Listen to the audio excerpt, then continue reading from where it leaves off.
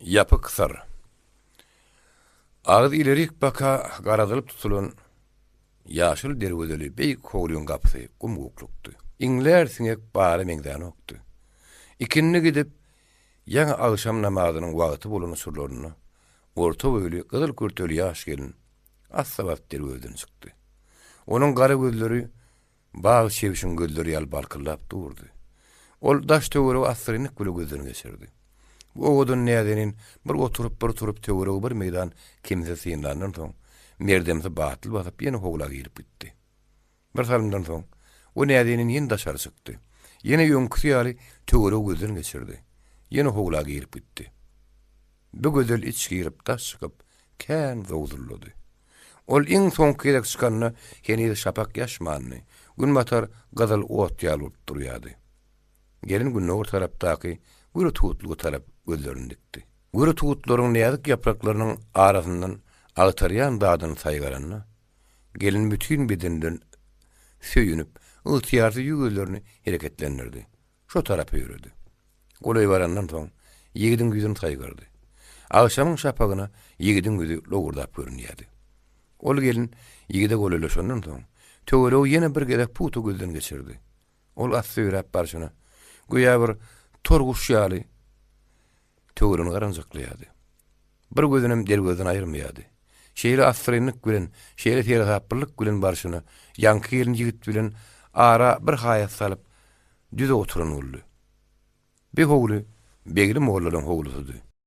Öňünden bu arada bellenişi ýaly begli mollaryň howla girmegi bilen bir nädenin gowluryny tapyp gowdurlamagy başlady.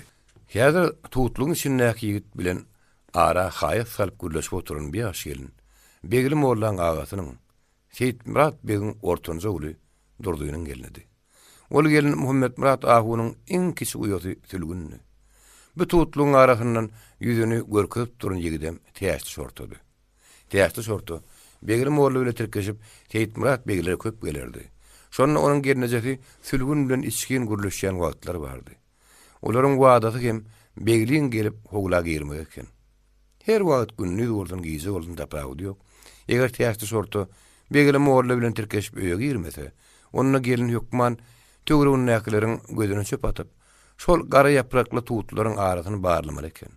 Şo ýerde hem ol özüniň bilýän zatlaryny habar bermeli eken. Bu taparam sülgün özüniň täze işden zatlaryny habar bermäge gelipdi.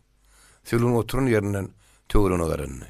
Täşli şortu haýatyň aňry ýüzünde duran ýerinden sülgün men tapşyryň ýumşumdan heýbir zat aňyp bildiňmi diýip sorady. Ýok täşli. Aňlandym bolmady. Şunça biljek boldum, ýöne hiç bolmady. Eltiňe bilýän zat ýokmy? Wah, eltime beýle dursun. Ýene seň bilýän zat ýok. Ýöne şu gün iki agatam geldi. Kakalarym öýdi. Dördüsiniň arasynda bir gurrun bar bolaýmasa. Onu eşitip bilen zadyň bolmadymy? Olar ýanlaryna bideltmediler. Ýöne biljek bolaýyn gölün täşli da çykarydym. Olar haýytama ýygnanar. O şetki tama. Bolýa. Men oturun ýerime salyp berdi. Gurbany ber. Täşli şortanyň gurbany ýani Seyit Murat Begleriň gapysyna kän wagtlardan bäri işläp ýörün hyzmatkardy. Ol Seyit Murat Begleriň maşgalatynyň äli sırlaryny bilýärdi. Seyit Murat Begin iki ulu oğlunyň biri kadetler korpusyny, biri gimnaziýada okap, öýlerine aýda ýylla bir gedek gelýärdiler. Onda da bir aý bolup ýene gidýärdiler. Sülgün täşliniň tapşyrygyny eşitdi, ýerinden turdy. Bolýa men ony barp uradyryn diýip howla baka gitdi. Biraz salymdan soň Gurban köni doğanyň zulüni taýdadyp eli tanaply howluny çykdy. Geldi de haýatdan böküp geçdi. Bökün ýerine de täşli şortu bilen tapşdy. Gurban keýpiň niçik diýip täşli şortu sorady. Gatwa mollam. Menlik näme ýumuşyň wa? Diýip Gurban buýrulan ýumuşy bitirmäge taýýardygyny uýdurdy. Gurban, sen şu gün iti howlunyň agdyny daňmagy ýadyňdan çykaran bol. Täşli şortu ýuwşap şyrdap oňa düşündirmäge durdy. Goýa günnüki daňyly ýerine galsyn. Merdiwanym getirdi. Iň çetki tamyň arka ýüzünde söýdi, düşündiňmi? Düşündüm bollam. Men oňoraryň gülün hem şu tamyň üstüne näme işlejeň bilenmek. Täşli şortu günläp jogap berdi. Ay Gurban. Ikimiziň derdimiz şo bir dertdirdi. Zanyn artık dostumyň gany gidip barýar. Men begli bilen tirkeş bölmegime şoňşyn. Ine şuňşu tamda şu syryň üstü açyljagy men diýär. Inni bar düşünükli. Mollam aýdyşyň ýaly dernip, Gurban hayatdan ýöküp howla girip gitdi. Täşli hiç ýere gitmän, töweregime dar garanky basýança, şapak gyzylma dar üsýänçä garaşdy. Soňra pişik basyşyn edip, Teýtmurat begilen howlusyna girdi. Çetki tamyň arka ýüzüne aýlandy. Tamyň daşyndaky diwar adam moýnundan beren tulan üçin penalanara zat bardy. Täşli şortu emma bilen merdiwany dyrmaşyp başlady. Ol ilki bilen baryp, ot ýakaryň turbasyndan diňläp eşitmekçi boldy. Ýöne bolmady. Tamyň içinde gürleşýän adamlaryň sesi ýöne gurwagyrdy bolup durdy. Hiç tat aňşyr ýaly. Soňra eýlek beýle gaýlandy. Onuň teri sapsylygyndan birden ýatan bir bişen kerpiç aýagyny degip uly dökür turdy. İçeride oturanlar allan çykdy boldular. Teýtmurat begiň uly tapançasyny ýalaňaçlap ýerine aldy. Dörtsem itneşip eýwana çykdylar. Daşar çykan wagtlaryna Teýtmurat beg tamyň üstüne kim diýip gaýgyrdy. Ony ýança Gurban bir ýerden peýda bolup, Teýtmurat awa men, ýa men ýabymy tamyň üstüne okladym. Beýle burama etmedim diýdi. Päý, işin tükedin. Hey beýle dogry iş ederlermi? Tamyň üstüne ýabyň ne köri barmyş diýip, näme bolsa inni jany ara bilen Teýtmurat beg käýini. Ogul bolsa, päý, muňa seretli diýip tapançany gabyna saldy. Teýtmurat begiň sesi çykan badyna, işiň nämedigini aňlan sülgün, öýde oturan ýerinden bükülläp başlady. Emma Gurbanyň sesini eşitip arkaýynlaşdy. Gurban bolsa, men beýle boljagyny bilmedim diýip öýüne aklady. Täşli şortu bu gurulmaň baryny eşitip ýatyrdy. Ol Teýtmurat beg dagy daşary çykan matlaryna düşüp gaçaýmagy da hyýal etdi. Emma ony ýança Gurbanyň sesini eşitdi. Täşli şortu ahyr bir wagt peziň turbasy çykarylan başga bir deşik tapdy. Şondan ışıklap öýüň içini gözden geçirdi. Öýüň içi kemde bedelipdir. Ortada da bir stol. Oň töwerek taşy oturguşdan öli. Teýtmurat begiň uly dar geyimini baş ýalaňaç otur. Onuň egininde ýalpylap duran zerli şiýini bardy. Orta arada ýanyp duran sıranyň ýalkymly jönüne onuň şiýini has beterli ogurdaýdy. Teýtmurat begiň ortanjy oglum dar geyim dedi. Onuň egininde pagony bardy görün, ol ýalpylamaýady. Asyl renkim başgady. Begrim oğullu orta ulağalarının karşısına oturdu. Teýtmurat begiň öýüdi bir çetirakda oturdu. Jaýyň içinde atasy bilen oğulların başga hiç kimi ýokdy. Bular meýlisiniň ilki başyny palaw ýemek bile başladylar. Nahar başyna beglim oğullaryň agalary çakyr içmek soranlaryny oňa döýdürlediler. Emma beglim oğullu öýüdiniň içkiden habarlydygyny aňlatman syryny bek saklap. Arak şerap içmek bir de yaraşmak, ahunlar ýa-da damyrly bileýse gowulmaz diýdi. Bize de içki gadagan, näme bir ýerde içeniň kim bilýär diýip, kisagat oňa töwelle etdi. Diňe Teýtmurat beg, begli kimi zarar bermäň. Han hatyry şo ýola çykardyk, ha içiň ha içmäň, ýöýdi işiňi diýenden soň, olar hödür etmeden goýdular.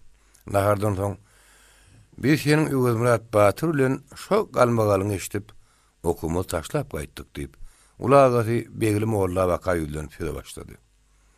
Teýtmurat begiň uly Allah durdy diýerdiler. Ol ýakyn wagtlarda kadetler korpusyny oturup ofisier bolup çykmaly. Ol öýüne bir şak göwün ýetýän adamdy. Elbetde menne bolan akyl köp adamdy ýok. Öýdülerde meniň diýenim ýa diýenim ýok. Aslynda men özüm ýöne koýur Atenanyň oğlum däl ahyry. Şoň üçin kadetler korpusyna girmek maňa nesip etdi. Dünýäň adamlaryny bir sürü akmak, oýnatgy, goýun ýal toplap, halan urgun sürüp bermeli. Ondan men ağzımdan çykan ýer bolsa, olaň arasyna bir tarpa tutulmalydyr. Allah gyzylan garanyny ýal bolmalydyr. Adamlar men ağa sahyp, ýöňümde leppe diýip durmalydyr diýip, ol ýa-da pikir edýärdi. Onuň şenem az geplemeli, uz geplemeli diýip, ol ýa-da şert edipdi. Hem bir şertini ber tutmağa zan edýärdi. Emma käbir oturuşyklarda gürrüňe kelleti gyzyp, öz şertini bozulny, özüň duýman galýan ýerlerem bolmandyrnakdy. Allah durduýynyň daş töweregi il ulsa garaýş şeýledi. Iliň özüne nähili garaýanlygy, nähil garajykdygy barada bolsa, o çigit ýaly pikir etmeýärdi. İl üçin Allah durduýynyň haýsy mektepde okuýanyň farky ýokdy. İl bir zat bilýärdi. Seyit Murat begiň ogly kadetler korpusyny oturup, bir gün uly baýar bolup geler. Eginde şiir nakynar.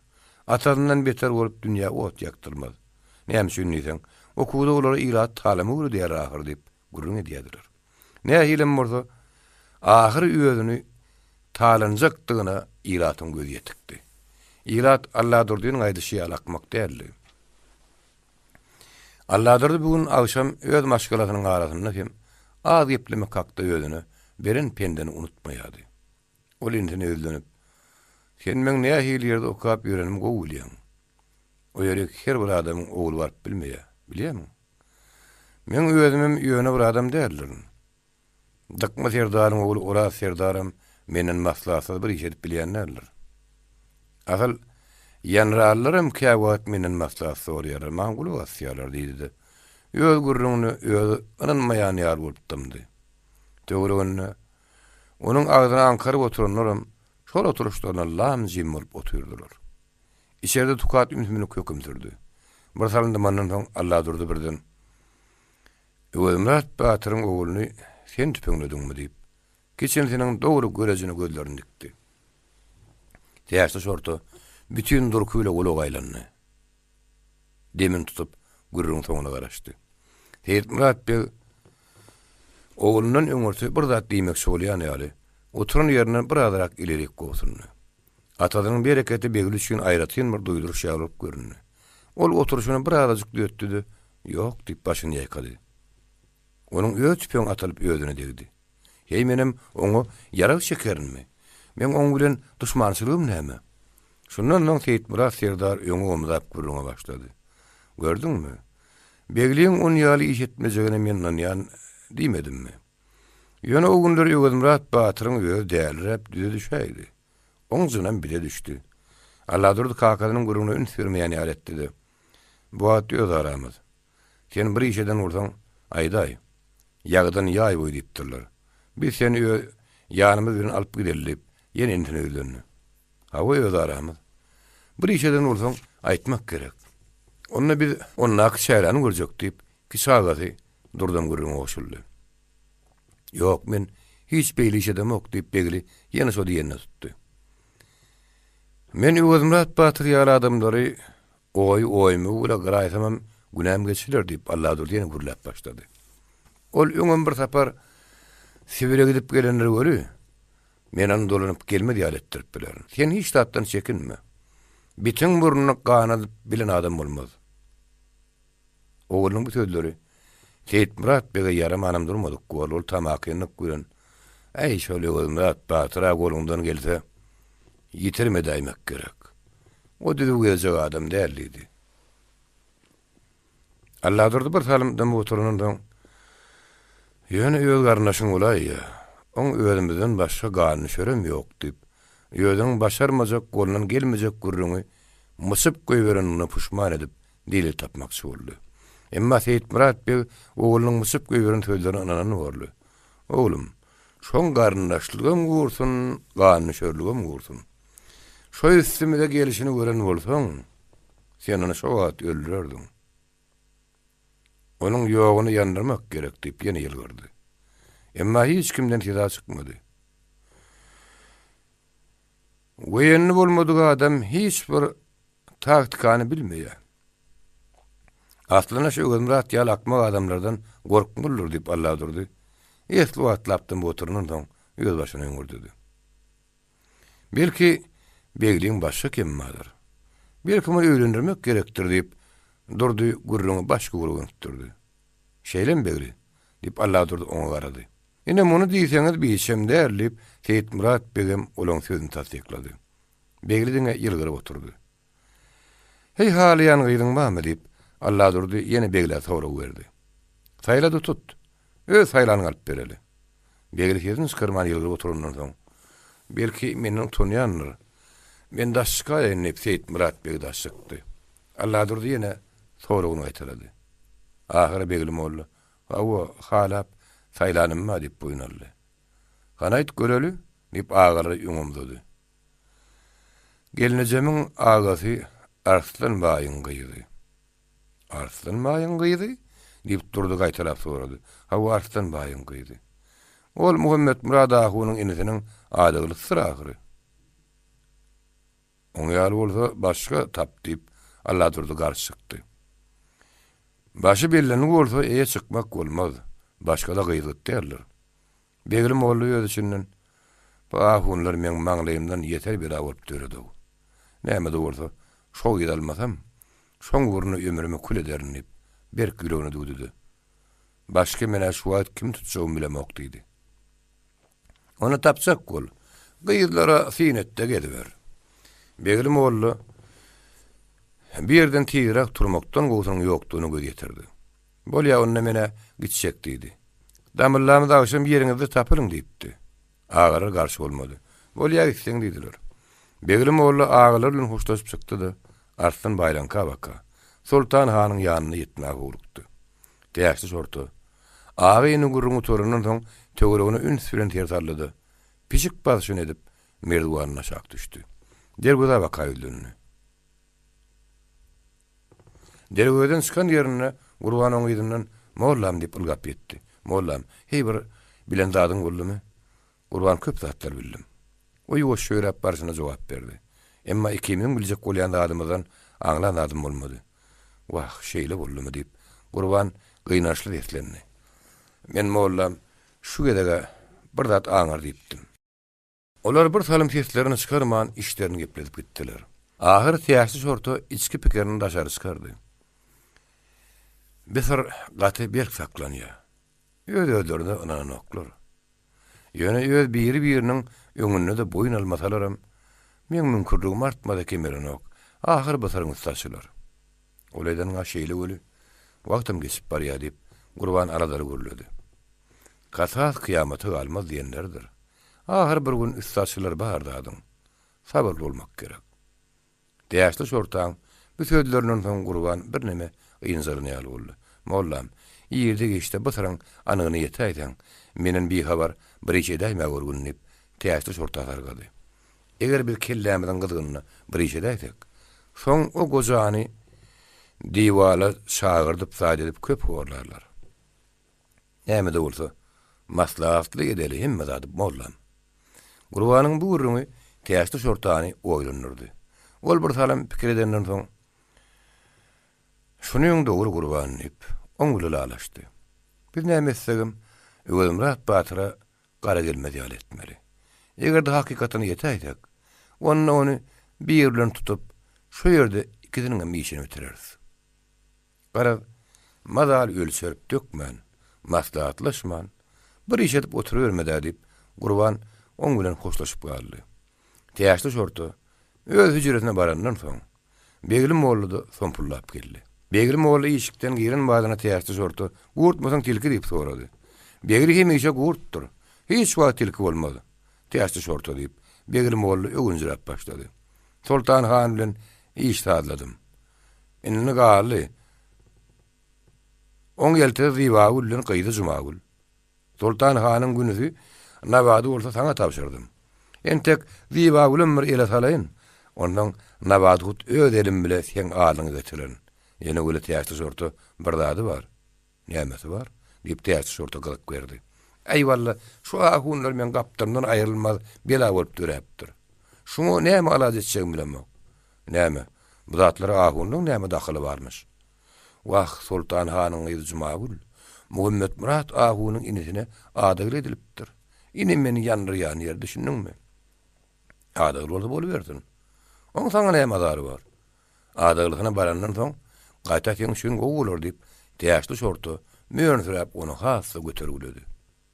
"Şu maslahatyňam dogry" diýip Beglim oğlu alaşdy. Ahunlaryň soň görelmeli bolardy. Olar hüjräni içinden temmelep ukladylar. Öňküden beter şarpyk. Özmürat Batyryň gyzy Gül Sultanyň adamsy Permanguly ýaş başynyň bäri özüniň gara güýjüni Arslan baýyň agyr hyzmatyna sarp edip gelýärdi. Onuň owady bile gelip külüle çykdy. Garnyň dok eginiň bitgen bolan wagty ýokdy. Tomsyň ilk aýdy. Halil üdümün ýaňy bişen günlerdi. Permanulyň öňüne tötök bilen zirk ýaly gatyk goýdular. Permanulyň artdan baýyň gapysyna hyzmat edip ýören Permanuly aýaly beýlek äli talabanlaryň hemişe iýen höregi şu tötök bilen zirk ýaly gatykdy. Permanuly nahar neden bolludy, çep gursugyny tutup togulandy. Onuň ýagyryna gurşup çep goltugundan pysak gurulýar boldy. Olar näler sydajak bolup başartmady. Ada çydam edip bilmedik Permanuly aýrylanyş togulandy. Allah mena yaramazak bolýan öýdýänni kynlyk görýärlerini. Şo wagt saýda kete gyşaryp göýök şaýyp ýatan artlanmay yaraman näme bolup dur diýip hemler sorady. Bilmedim. Ýüregimin başyndan pyşak gurulýan ýaly. Innam zanymy gytyp goýup barýar. Pahay. Her wagt şoň ýaly bolguzyjak gedel tapynan bolmagy senem öwrenjek o diýip artlanmay onuň sözüne pitin etmäni käýinip başlady. O onu şo agyryny kedelip ýörmediler. Ine işe barsaň derlerdiň. Hiç agyry galmady. Pagta otowuzy ýatyr. Ot ýatyrylman togumlap ýatyr. Ölümleri saňmadypdyr. Şelpelemek gerek. Beýli işin gyzyraňly wagt syrkawlamak nirden ýadyňa düşüp ýör. Hanha görüň Seyit Murat beň öýdüni seri iş diýip ýapyşyp ýatyrlar. Doňuz ýaly işleýärler. Ýen şöreklerini ödüýärler. Siziň hem şolardan kem ýeriňiz ýok. Ýönesi bir topar ýal ýagy. Olaň ýarsa da işleň ýok. Permanuly häzir öz diýerde adar bilen başagaýdy. Ol bolmazy öýdýän arslan agy diýip adar bilen togulanjyrdy. Permanuly arslan baýyň gapsyna ýyllaýyn işlerdi. Her ýylam ýylyň ahyryna algy berdi, hakka tabyň edişerdi. Arslan baýy hadapçysyna depderin getirdi, hadaplaş diýip buýrardy. Hadapçym onu allyň, munna allyň diýip şot kaka. Onuň ýyl boýky diýmet hakynyň zordan 3den birini goýardy. Şonda da Arslan baý öz hadapçysyna münkür bolup, "Sen ýalňyş hadaplaýan bolaýmy?" diýerdi. Onuň hadap ýetibini ýaňadandan gözünden geçirerdi. Häzirem Arslan baýyň bar aladasy öz işidi. Permanulynyň diýerdi adaryny derli. Näme bolmajak öýdýän, gatam bolar diýip ol Permanuly tarapy guruldy. Görse onuň ýüzi mergi degen ýaly garört bolupdyr. Permanuly adasy da bilmän togulanýady.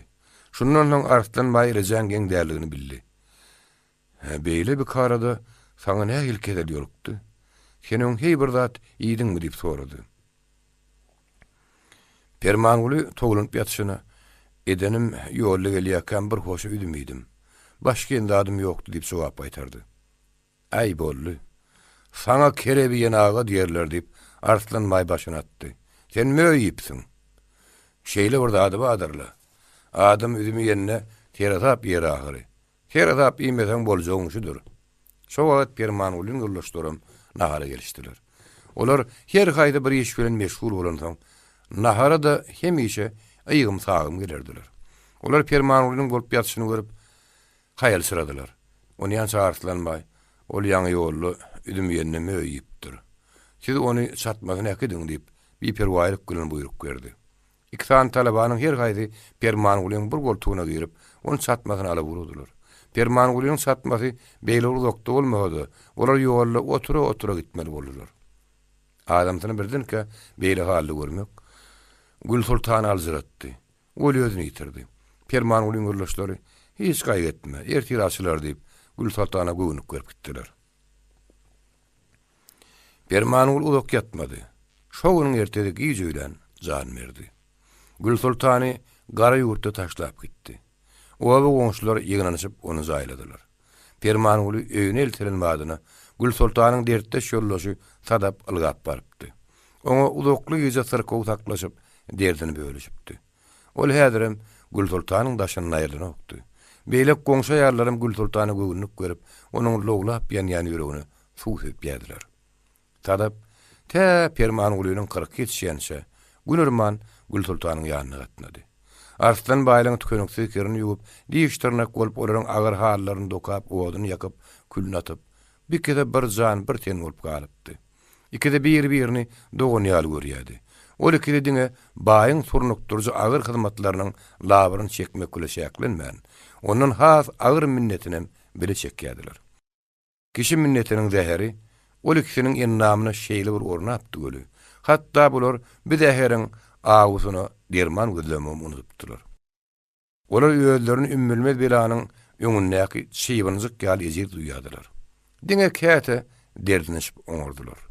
Olar uzak-uzak derdinişip sözleriniň başyny hem, ahyrynam tögüýürni hem dünýäde adam başyndan gaty zat ýok. Her gaýsyna görýä baş gatydyr, hemme zada çydar, hemme zada üstünden geçirer diýen sözlerle oturýardylar. Gülsultan Pirmangulyň aýyny sogdy, ene kyrky galypdy. Şol arada bir gün garaşylmadyk ýerde ömrüni Pirmangulyň gapyny tanamayan Muhammed Murat Ahun geldi. Ene eýle beýle zady görmedik Gülsultan Ahun'un tısı batılyp özüni yitirdi. Ahun gelmek ýöne ýere däldi. Ol bu gelişine iki bäkweli göz onup beripdi. Pirmangulyň erkek dogany ýokdy. Onuň 3 tane aýarly ogany bardy. Olaň üçüsi de bir wagtlar çykarylyp maşgalar zatly bolup gidipdiler. Bir gün olaň üçüdem iň ulu aýarly oganlaryň öýüne ýygnanyp maslahat etdiler. Eğer hili uýunsuz at diýendirler. O geliniň atadam Ögüzmurat Batyrdyr. O tapsa iki çiginin etini yemektenim gaýtmaz. Oňa oýnamaga Ögüzmurat Sibirad daklanýarlar. Şoň üçin biz doganmyza ata-babamyzdan galan zatlaryň baryny tereke atarlaryň. Ýetdi kakymda alalyň. Ata-enemiziň doganmyzyň aşyny suwuny bermegi öz boýnumyza alalyň diýen pikire geldiler. Häzirem Muhammed Murat Ahuny Pirmangulyň şol 3 ýozy ýoňuna salyp beripdi. Pirmangulyň ähli emlägini tereke ataranyna da öz paýyna başgalardan alýan üçürdäki kadynyň 10-nyň birçe zat düşmejekdigini, asla Pirmangulyň ähli emläginiň bir baýdan düşýän üçürdäki kaçy ýokdugyny Muhammed Murat Ahunyň gözi ýetikdi. Ol bir ýere şerigat ýoluny bir zaý edeýin, ýa-da üçürdäki kat alaýynyp gelmänni. Onu bir ýere gelmäge mejbur eden başga bir has düýpläk bäkwit bardy. Onuň päýäli niýeti Gülsultany lütçek goýup, onu mähtiýaçdygyň derdinden ölümden başga her bir zada razy bolur ýal etmekdi. Şonuň üçin Pirmangulyň uýulary gelip, onuň emlägini tereke salyp bermegi haýyş edenlerini Muhammed Murat Ahun takrap durmady. Bir iş parzydyr, gitmeli bolar diýip ýeňil bopdy. Ahun Pirmangulyň emlägini şol niýeti bilen tereke saldy. Ey goşlaryny ata-babadan galan köýüne sowa çenini böldü. Gülsultan ýöňüm alyp ýolup barýan adam däldi. Gat utanjaň hem ýugoşdy. Onuň sözüne de Ahunyň gelmegi onuň tustuny bastı. Şeýlerik bilen munyň atasy öýünden getirenje sepem tereke düşdi. Yer urundan bolsa, bulan 2 tane boş yeri bardy. Onuň bir çetine ýeke düýüp synar atýardy. Olaň boş yerem tereke düşdi. Mal urundan ýekede sağlyk geçdi bardy. Bir geçem tereke düşdü. Ateneme aştu vermek paýym diýip o jagat geçýäni Pirmangulyň iň ulu uýaty aldy. Bu paýlaşykda göwrer oturan Gülsultanyň göwresindäki çaga ýada da düşmedi. Onu bilselerem bilmedik dediler. Şeýdip her kim özüne ýeten paý alyp öýleýine dargady. Ahun gelin bir Allah'ın buyruğudur. Muňa kanagat etmeliler diýip öz içinden päýälini niýetini ýerine ýetirenine göwün hoşlap gitdi. Ýalňy Gülsultan bu bolşa haýran bolup, barmagyny nişläp bulan ýygynan garap garly. Adamzadyň gaýraty, erk ygtyýar her zatdan berk boljak eken. Gülsultan bir terekeden soň takyr öýüň içinde ýalňy garly. Emma şonda da ol ýejirlik etmedi. Dilenip hiç kimin gapsyny barmady. Hatta atasyny da ýüz tutmady. Özüniň zähmetine el hünerini dayandy. Her kimin hyzmaty bolsa etdi, ýyjek şöregini galandy. Şeýle agyr gününe garanyna garaman äriniň kyrkyny bellemäge taýýarlandy. Bir janly alar ýaly oguny şok pul artdyryp başlady. Şonu ýürekde sardaş sadap ýanyna gelip, Gülsultan, sen oň kyrkyny etjek bolup adary galyp ýördiň. Onuň aýarly ogunlary gelip, sen öýüňi talap gitdiler. Oy, ol ölen öz maňlaýyndan görsün, senini öz günüň aladasyny et diýip maslahat berdi. Emma Gülsultan, ýok sadap. Eger olam aýarly ogunlary ýaly bolan bolsady, meni ýem barjak gelme barardym. Ýöne ol uýularyny meňdeş ärdi elli. Men oň hatyradan taklaýyn diýip äriniň kyrkyny togdy. Günlerde bir gün aý güni dolup Gülsultanyň ogly boldy.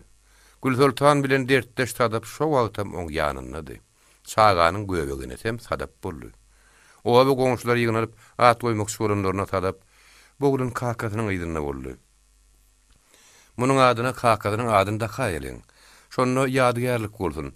Emma gapdalynyň gulusyny aýralyň-da ýöne permanent ýaýalyň diýdi. Bu söz Gülsultanyň hem göwnüne jaý boldy. Beýle oturanlarym muny makul gördü. Diňe çetde oturan bir garraýal permanent ýerli dakylda has ýaraşykly bolardy diýip seslendi. Bar olam bolýa, haýsyny diýen diýbersin diýip boluşyna görä toý soňup dagadylar. Permanent bolundan 2 aý geçenden soň tadabyň gyýdy boldy. Oň adyna ajap takdylar.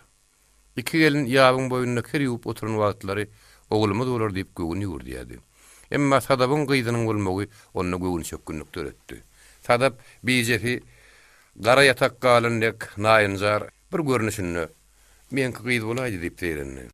Ogly gyýdy ýok. Haýsam bolsa udogundan berli bolsun diýip Gülsultan oňa göwünlik berdi. Özüň sagaman galan ýeriň hemmesinden gowy.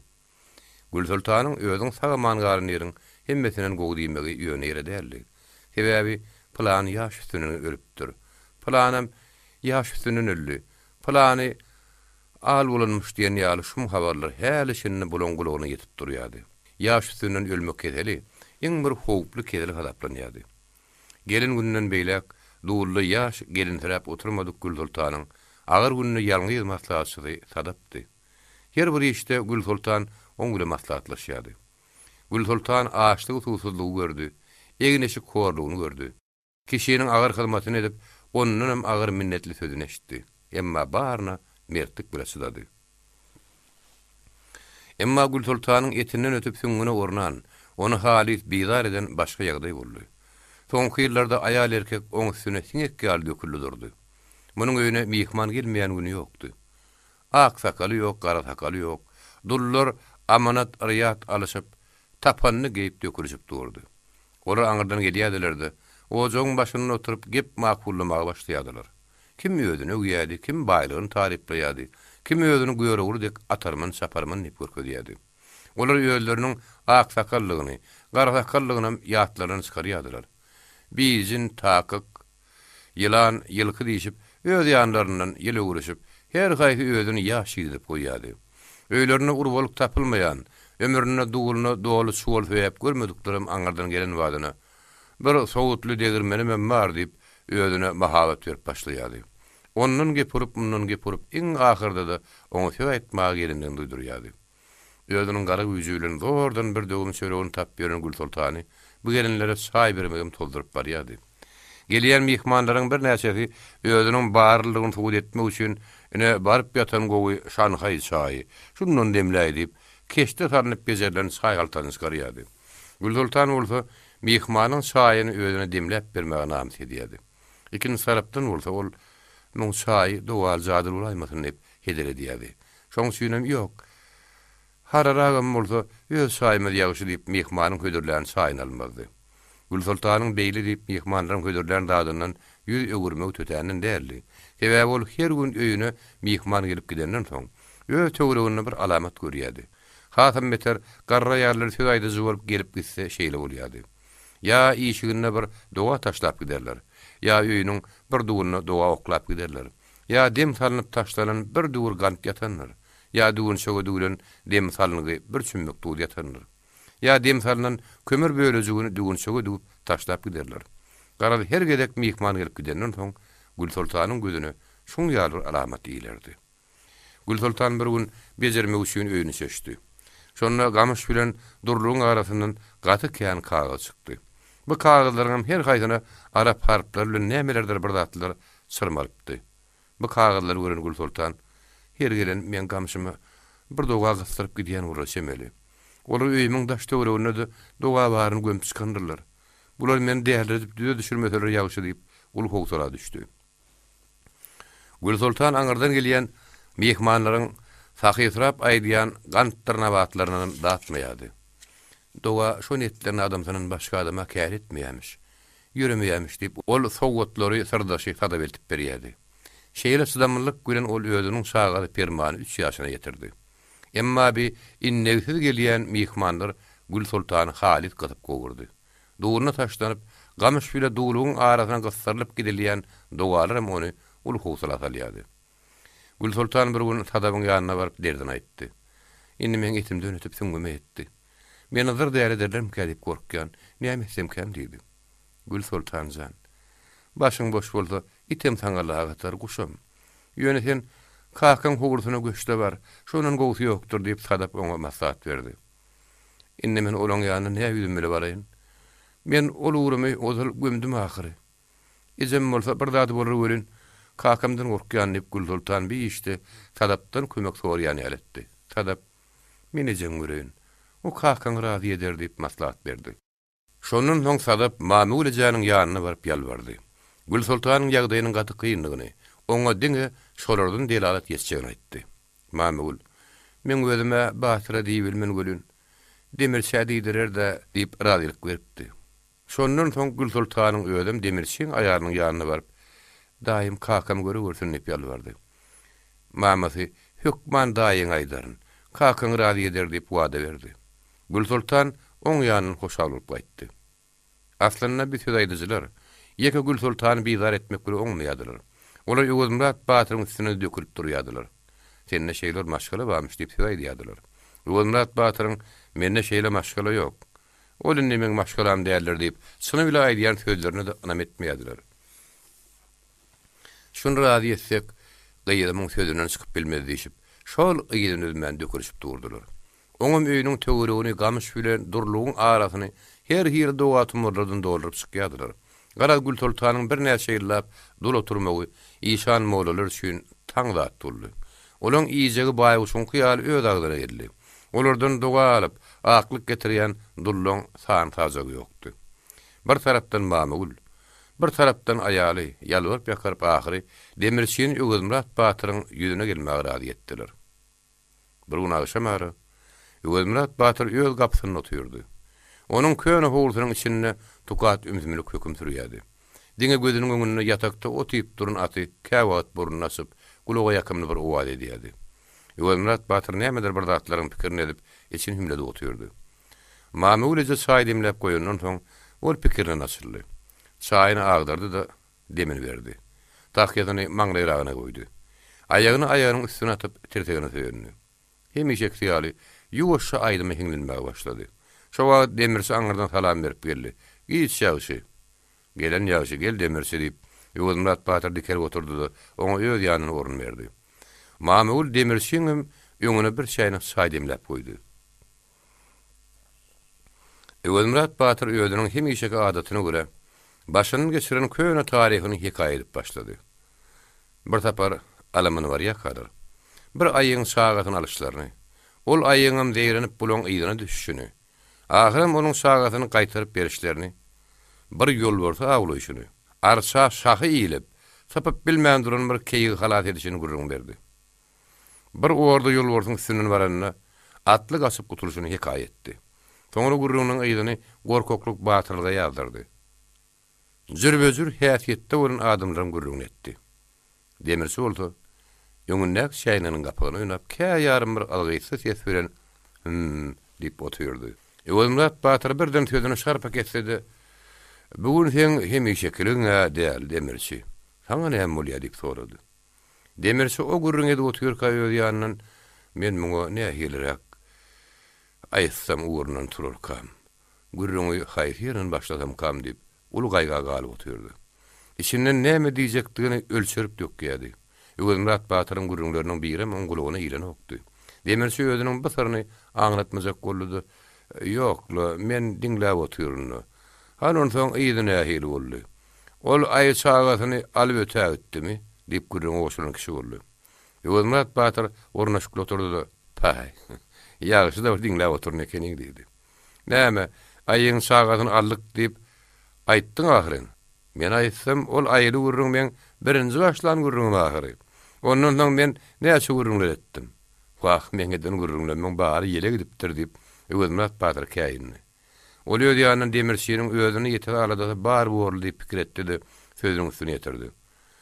"Näme, salgyt algyt diýip alsyn ýene azar berýärmi? Ti töle diýärmi?" "Salgyda alazymyz ýok, tölemeli. Gara bergi etmeli, borç etmeli, tölemeli ölüün diýip demirçi ýanadymdy. Salgy tölenenden soň oň başga näme ölüni bolup biler. Demirçiden jogap bolmady. Iki demdimdi. Ahir demirçi çalarak ardynjyrap sypaýçylyk gürültüde başlady.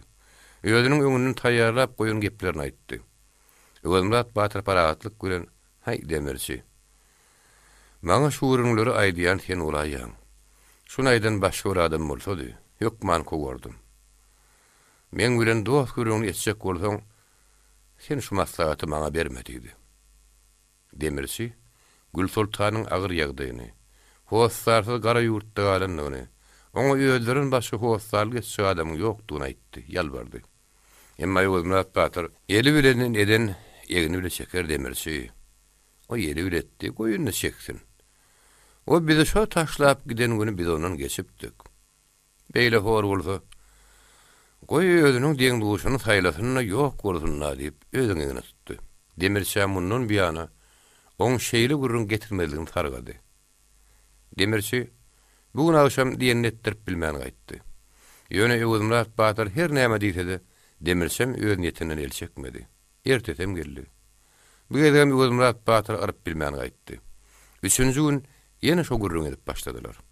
Şowa sadabyň ýary uraz geldi, kümsügem gelip öýe girdi. Ol bir çetde oturup, olaň agdyra ankaryp başlady. Bular onuň giýrenine ähmiýet bermän, öýleriniň gurrun dowam etdiler. Demirçi bu gede has kada başypdy. Özüm hiýasiyetine muwafyk bolmadyk gepe-şeperlik günün gurulýardy. Onuň aýtjak sözleri öz-özünden agdyna gelip durýarly. Hay Batyr. Ogy men şünem ketek del. Onun ogyda men özüm howslar çykaýjak. Ýöne iýilmen kimdigime seredip durmaz. Öwelmat Batyr özüniň ýeki ýalyny gyzdyrady. Howslarçylyk edip bilmedi diýip gurrun eder. Sen iýiliň gyzaratyna galarsyň. Soňra "Ah demirçi, şonu maňa berkirä gaýdaýsaň bolmadymy" diýip maňa ýigilmegin diýip gurruny tordum etdi. Ozalam iýiliň muzabatynyň bizar bolup ýörüň Öwelmat Batyr bir meýdanda pikire batyp oturdy. Ahyry başyny galdyrdy. "Ah demirçi, meni haly bizar etdiň. Bar seň diýeňiň bolsun. Şonu göçürde getir" diýip razylyk berdi. Demirçi şondan turup ylgap öýüne bardy. Şu wagt dil ýazdyrdy. Erre öýüne çöýüňdi, göçürüp getiriň diýip aýalyny Gül Sultanyň üstüne berdi. Demirçiň aýaly hoş habar bilen taýsap Gül Sultanyň öýüne bardy. Emma Gül Sultan özüniň gara güni üçin bir ýere giden eken. Ol öýünde ýokdy. Gapy gulpludy. Demirçiň aýaly epesli wagtlap onuň gapysyny taklady. Emma Gül Sultan wagtyna gelmedi. Ahyr ol öýüne dolanyp geldi hem şeýle diýip ýagdaý demirçe gurrun berdi. "Aýby ýok. Ertirýärden öýüni çödertiňiz" diýip demirçi parahat gürledi. "Ertir tähet däl ahyry. Garşydyndan ýylly bir sagat gün nähili gymyllajak. Tähet diýdiňiz, bir tähet diýdiňiz. Siziň gurruňyz könünok. Bar bir gün çödäýin" diýip demirçi aýalyň ırmyndan käýindi. Gül Sultan özüniň güzerany üçin birinji işiniň ýygynyň gidip akşamlyk onuň gaýdyp geldi. Gapyny durun aňyr berlen üstüne goýulan ýarty çöregi göz düşdi. Gapysyny açmakdan saklanyp çörege bakaý ýöneldi. Oňa siňetini teretdi. 3 ýaşyny doldurup dördüne giren Perman ylgap baryp çörege ýapyşmakçy boldy. "Hay degme" diýip onu saklady. Üme düşmez Permanyň tegelecik garaja gözleri ýalpylap ýatan ak çöregiň üstüne perwaz urýardy. Ol "Ýeje, çörek" diýip delmenip durdady. "Ýok oglum, onu ýemäli" diýip Gül Sultan gapysyny açdy. Oğlunun elini tutup içeri girdi. Oğlunu içeride koyup yeni üyöz aşağı çıktı. Basarlı çörüğü seyretti. Permanım ılgap çıkıp onun yanına durdu da çörüğü seyretmeye başladı. Emma ol bu sefer yonksiyalı çörüğü el uruverin oktu. Yine biri bizim kapıyımızda doğalı çörük koyup gidiptir. Şu çörüğü mehteş yer diyenlerler deyip Gül Sultan üyöz başına hümürdüdü de gözüne yaşayladı. Gül Sultan bir yuğruz tapsa onun köpsünü jögen uğunu yadı, arpun edip pişiriyadi. Şoň şünem ol, ya men ömrüne buğday çörüğüne yüzüm düşmän üçünmü, şu buğday çörüğü men gözüme aslı görünýär. Ya da bir çörük doğallı men özüne çekýär. Şu kedinin bir deyip öz ýanyny pikir etdi. Hakykatda bolsa, bir çörük arasy ýalyk buğdaýyň uğundan Ýugurmy getirilip pişirilen ak çörekdi. Demirçiň aýaly ýyl arasynda çörek pişirmäge ýükdürügüle belli ýaly. Käbir adamlar öz aýalynyň pişirişinden käýnini demirçiň aýalynyň eline her hili buğdaýyň ugyny nüşedi. On pişiren çöregini ip doýup bolmaýar, süýji pişirýär. Sen bolsaň ýalyk buğdaýyň agynyň çiğ şarty pişirýär. İtiýär ýaly bolmaýar diýip aýallaryny iýgenirdiler. Gül Sultanyň gapysyna goýulyp gidilen basarly çöregim demirçiň aýalynyň pişiren çöregidi. Dogurdunam, o çörek sarlady. Onu demirçiň aýaly ırm edip getiripdi.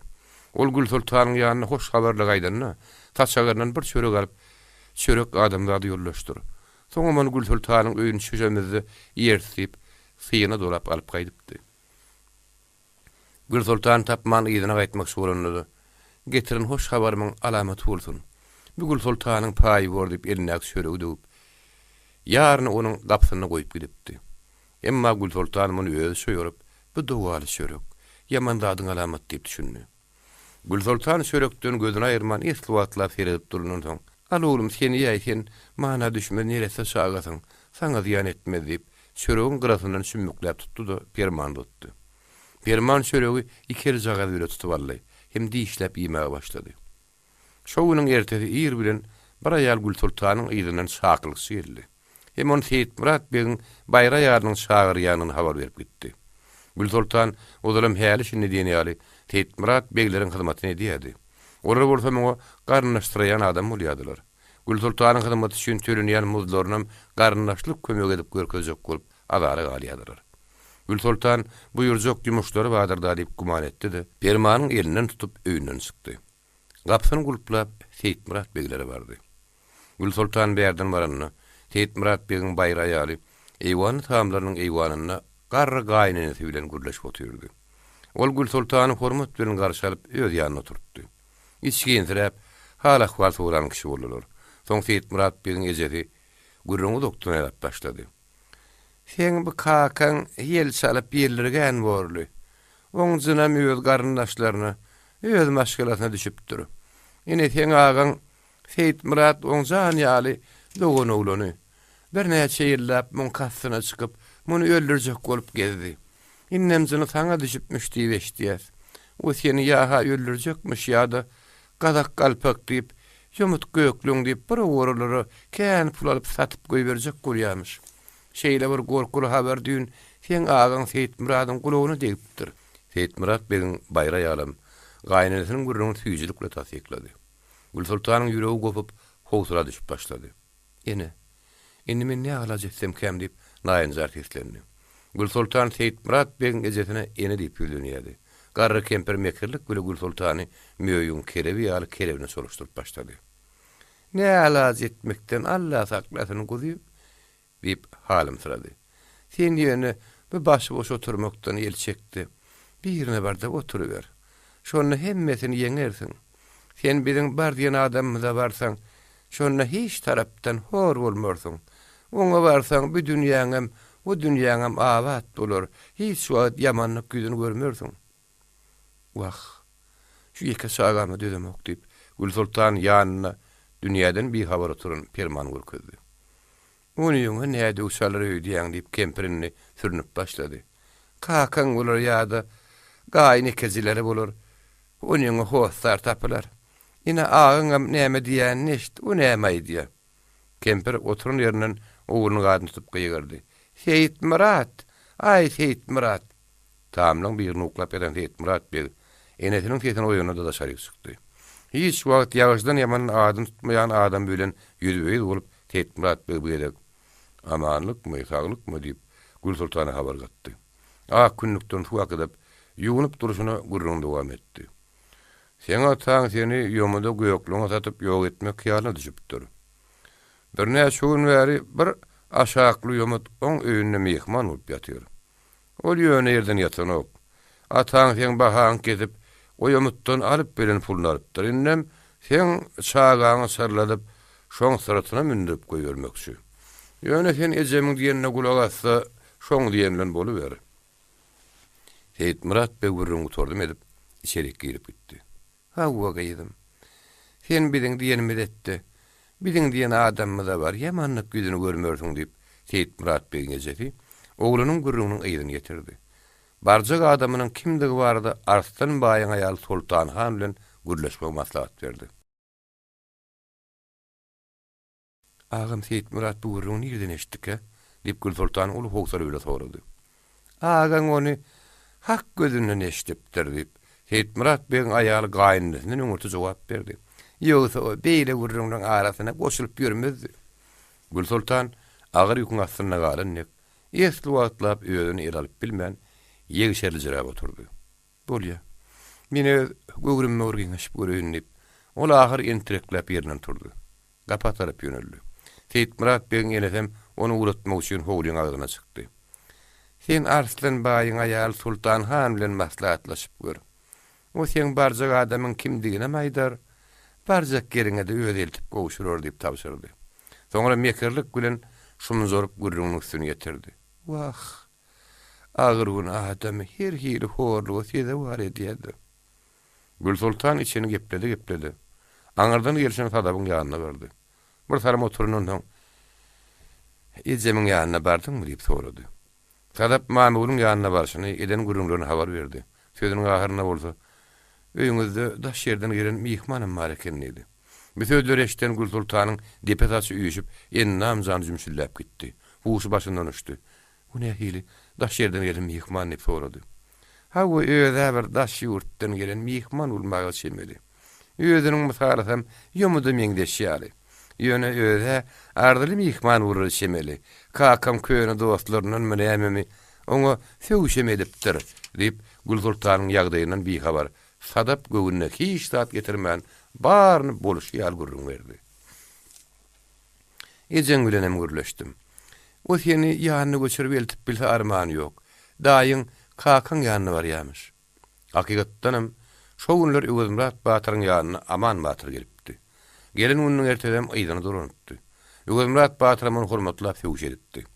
Onuň bu saparky gelmegem za ýerine Seyit Murat Bewşen diýer taryk bolupdy.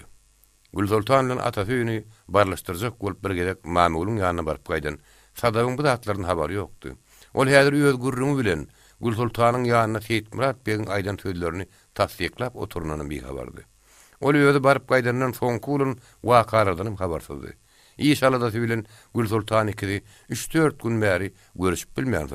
Oňa habaryny ýetirip bilmärdi. Ol Öwür Murat Batyryň gyzynyň öz ýanyna gelmegine razy bolanlygyny ol gurrundan adamsy urazgellik kümsüňem habarlygyny bilen okdy.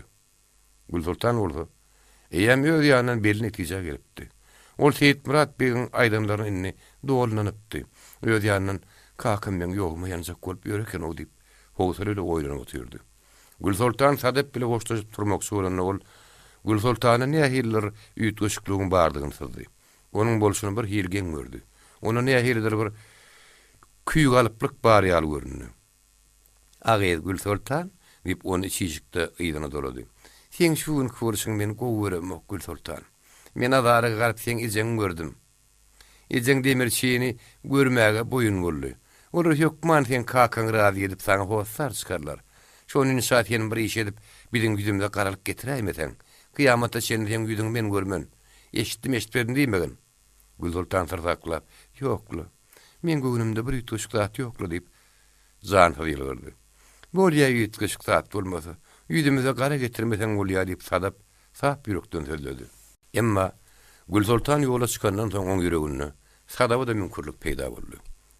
Bular sadaba mallap öýlerine hyzmat edipdirler. Dünýäde sap ýürekli gowy adam galmandyr diýip içini gepletdi. Şo çykyşyna Arslan baýlary waka urdy. Ol ýol boýy içini gepledi Arslan baýlary bardy.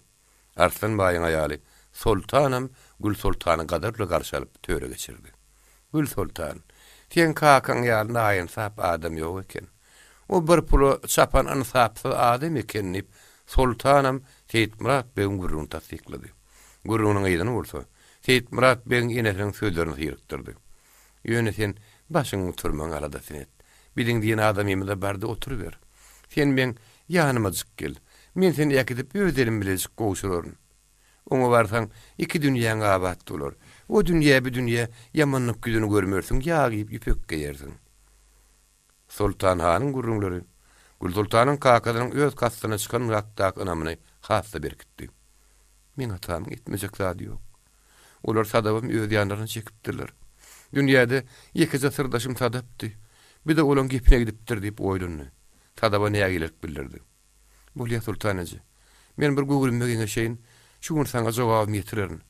Gül Sultan ýerinden turdy. Waq sen ýagdaýyňy düşünýän Gül Sultan, sana ojogyny depip gidibermek kyndyr diýip Sultan hanyň damagyny pagyty bile çaldy. Ýöne biziň aýdanymyz etseň, hor bolmarsyň. Gül Sultan öýüne gelen soň içerik sığmady. Ýöý ony gyryp gogurup başlady. Aýagy bişennek bir içki ýerde bir daş çykdy. Dalym bir hikmatam, her gaýtyn eder. Müköp bilmiş adamın bolun gurruna gidip, men oğdu yanmama sebep bolacak golya diýip öz başyna ýöňürdäp, beýguna adamyň başyna agyrtdy. Öz ynanyjyna ýürek güle berilip, durduýsa beter howtula düşdi. Oň häzirki bolşy telebe bolup, düze çykyp gidibereli görünýärdi. Ol näme götürüp, näme goýandan bilmeýärdi.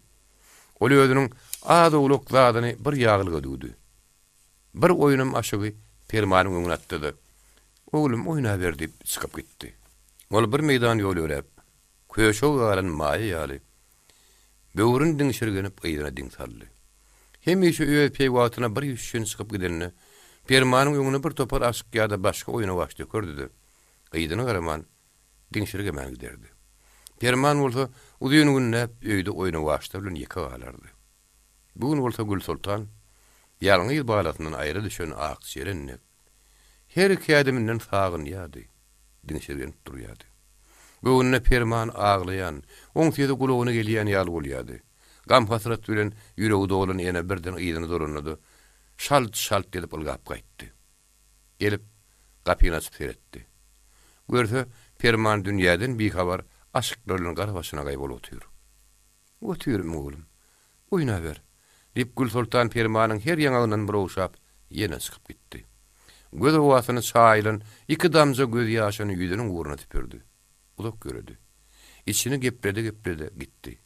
Ýene oň gulagyna çağanyň aglayan, zaryn tideşdirýän ýaly bolup aýak çekdi. Perman, aglayan bolaýmasyn diýip ýene ýynylgady. Gelip gapysyna çönni, hemişe ýaly dünýäden perwaýsyz. Öz aşyklar bilen mütela bolup oturan permany gördü. Oturun eken diýip, göwrüm giýen ýaly boldy. Her taý ýaňagynyň bir owşady, oýna ber oglum diýip çykyp gitdi. Ýöne ol ýene orta ýolda ýynylgamaly boldy. Gara iki arada gatnap, ol bir ýoly torz etdi.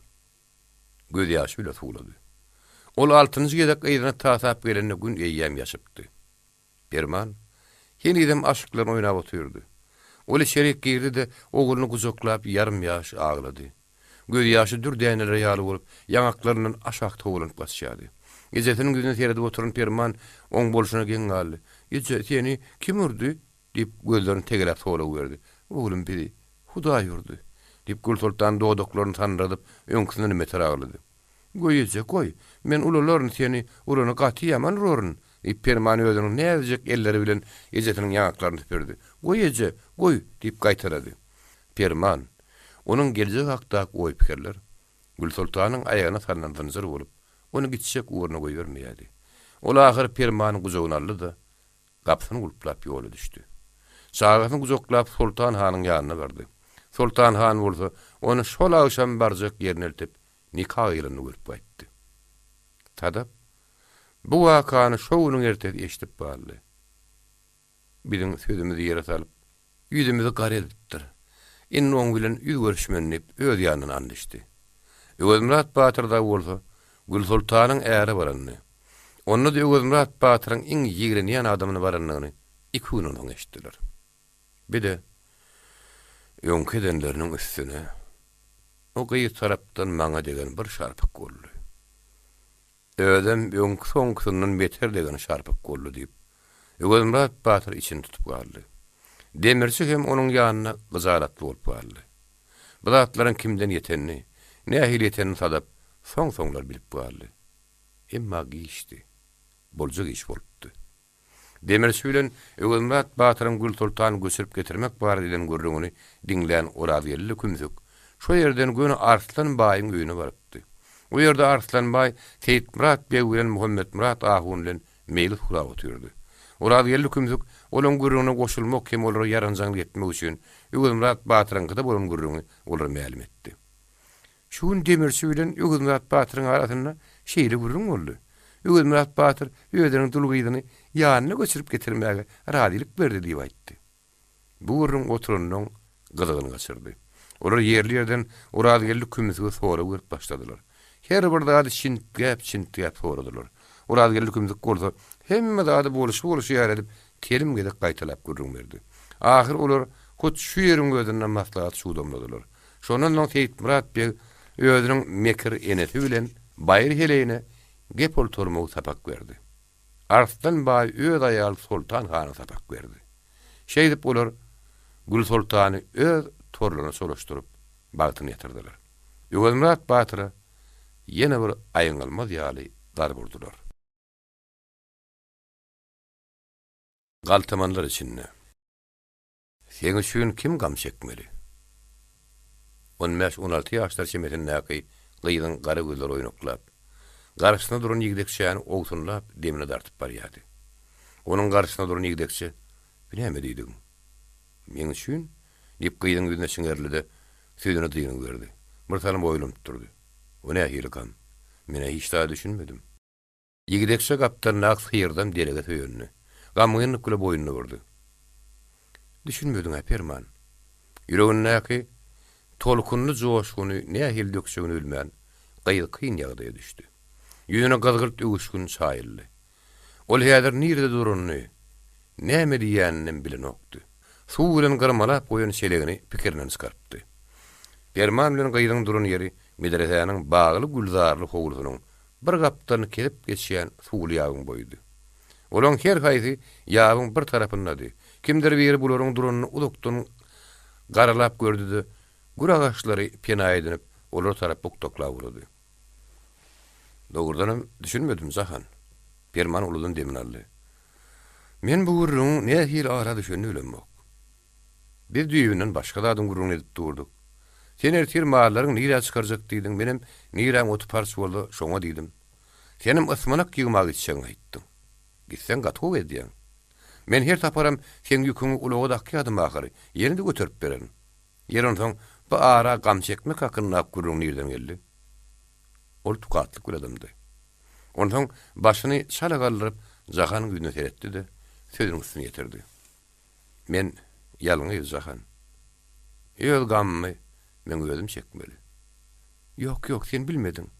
Sen meňe hiç bolýanda adymy düşünmediň diýip, gyýy aňyrdan tolkunup gelýän sözleriniň badyny güýç bir aklap, biraz sagyndy. Belkim düşünýärlerin, diýip Perman alaşdy.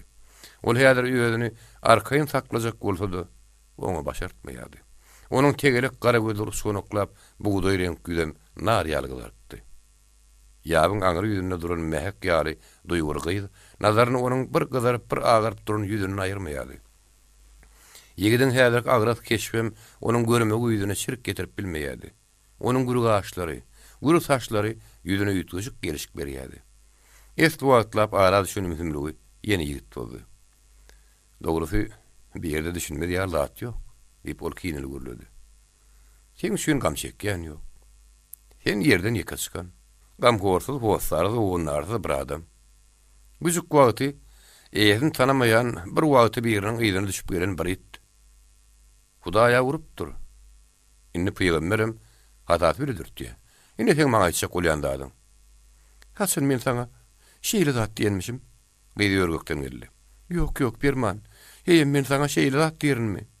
Sen näme näme biletmi? Çağa wagtymyz bil oýnanymyza hasabym del. Soň kime meýdana näçe gedekler duşduk, oturuşduk, ýolda bile ýöreşdik. Hey men sana şeýle gyzarat beren wagtym boldymy? Hey meniň ýaman söz eşiten wagtym boldymy? Eşitmänim, inneştäýmedem.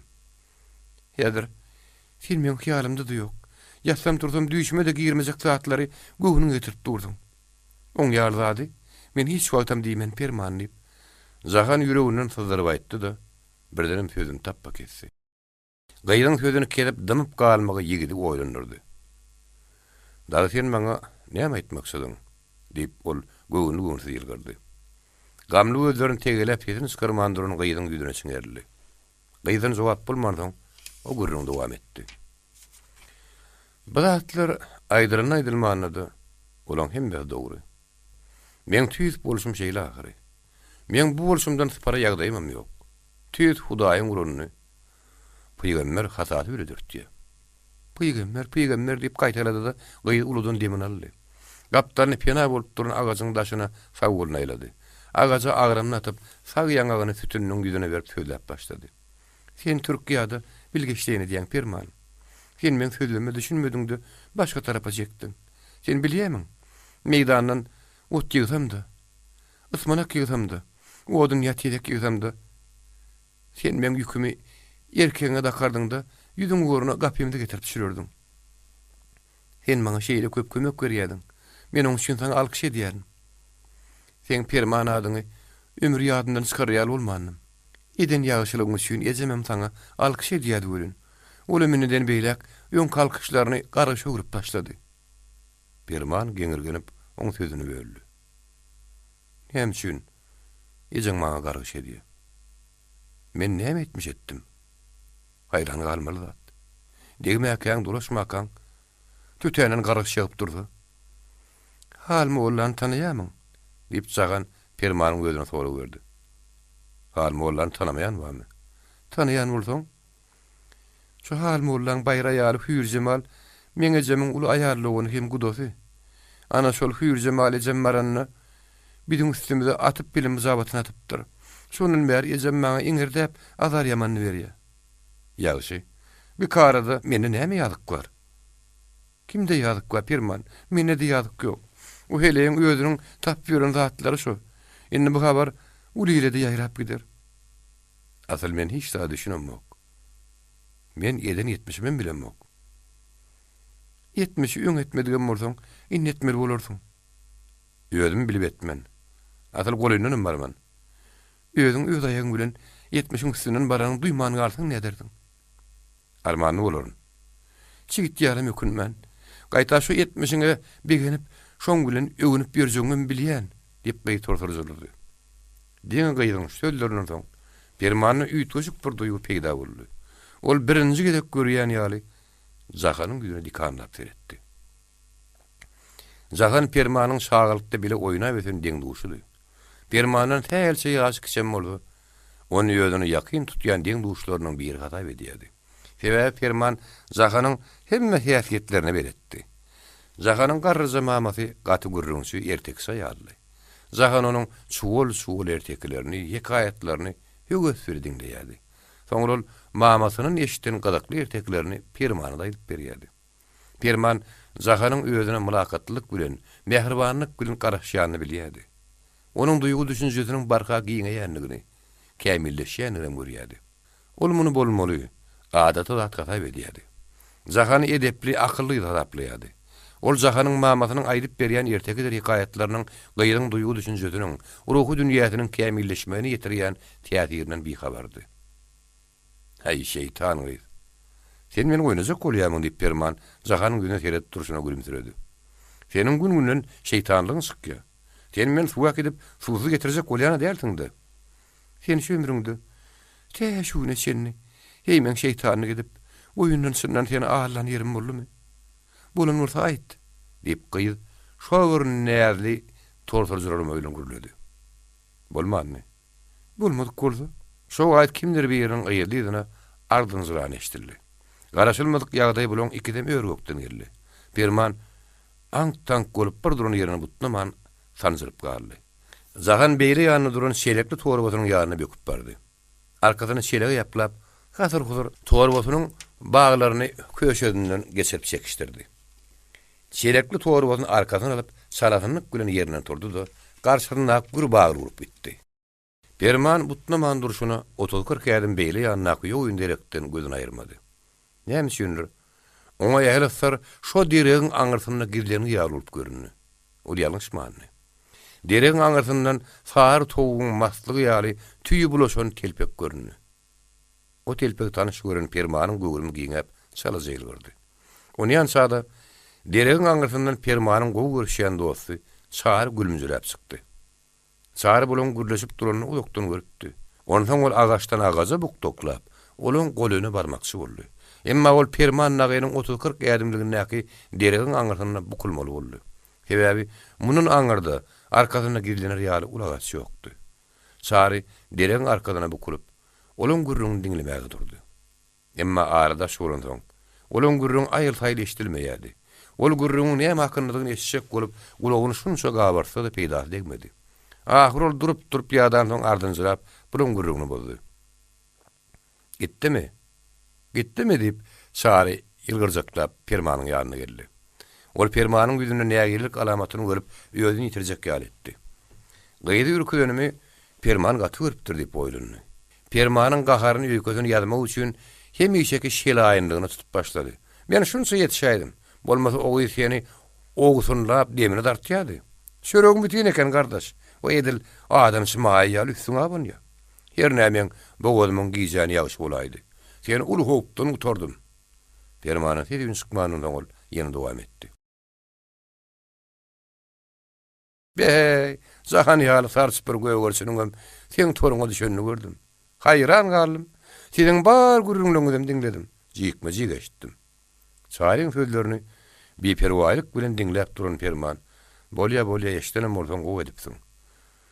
Ýörünne gidelip ýüregi urady. Oýun edýänne eşitmeli ýere Çary oň bilen gapdalaşyp barsyna çynlakay gürläp urady. Men seni gözläp çykdym. Öýüňizde ýok ekenim. Ondan suwun boýunda durda diýdim. Görsem sen zahanda gürleşip durdun. Ondan agazyň arkasyna bukulyp gürrüňi diňlejek boldum. Siz bolsaňyz edil, görüňiz başyňyza ýekylanýaly dünýäni duýýandyk. Siziň üstüňize taýip bilen bir ýere geler mikaýada, ahunlaň bir ýer görer mikaýa diýip ýüregim ýarly. Ondan ardynjyrap ürkülmeli boldum. Çaryň bu sözleriniň zany ýok däldi. Medrese olaň duran ýeriniň alkymyndady. Howlunyň ikinji tarapym ahunlaň başgalatynyň oturumly howlusy.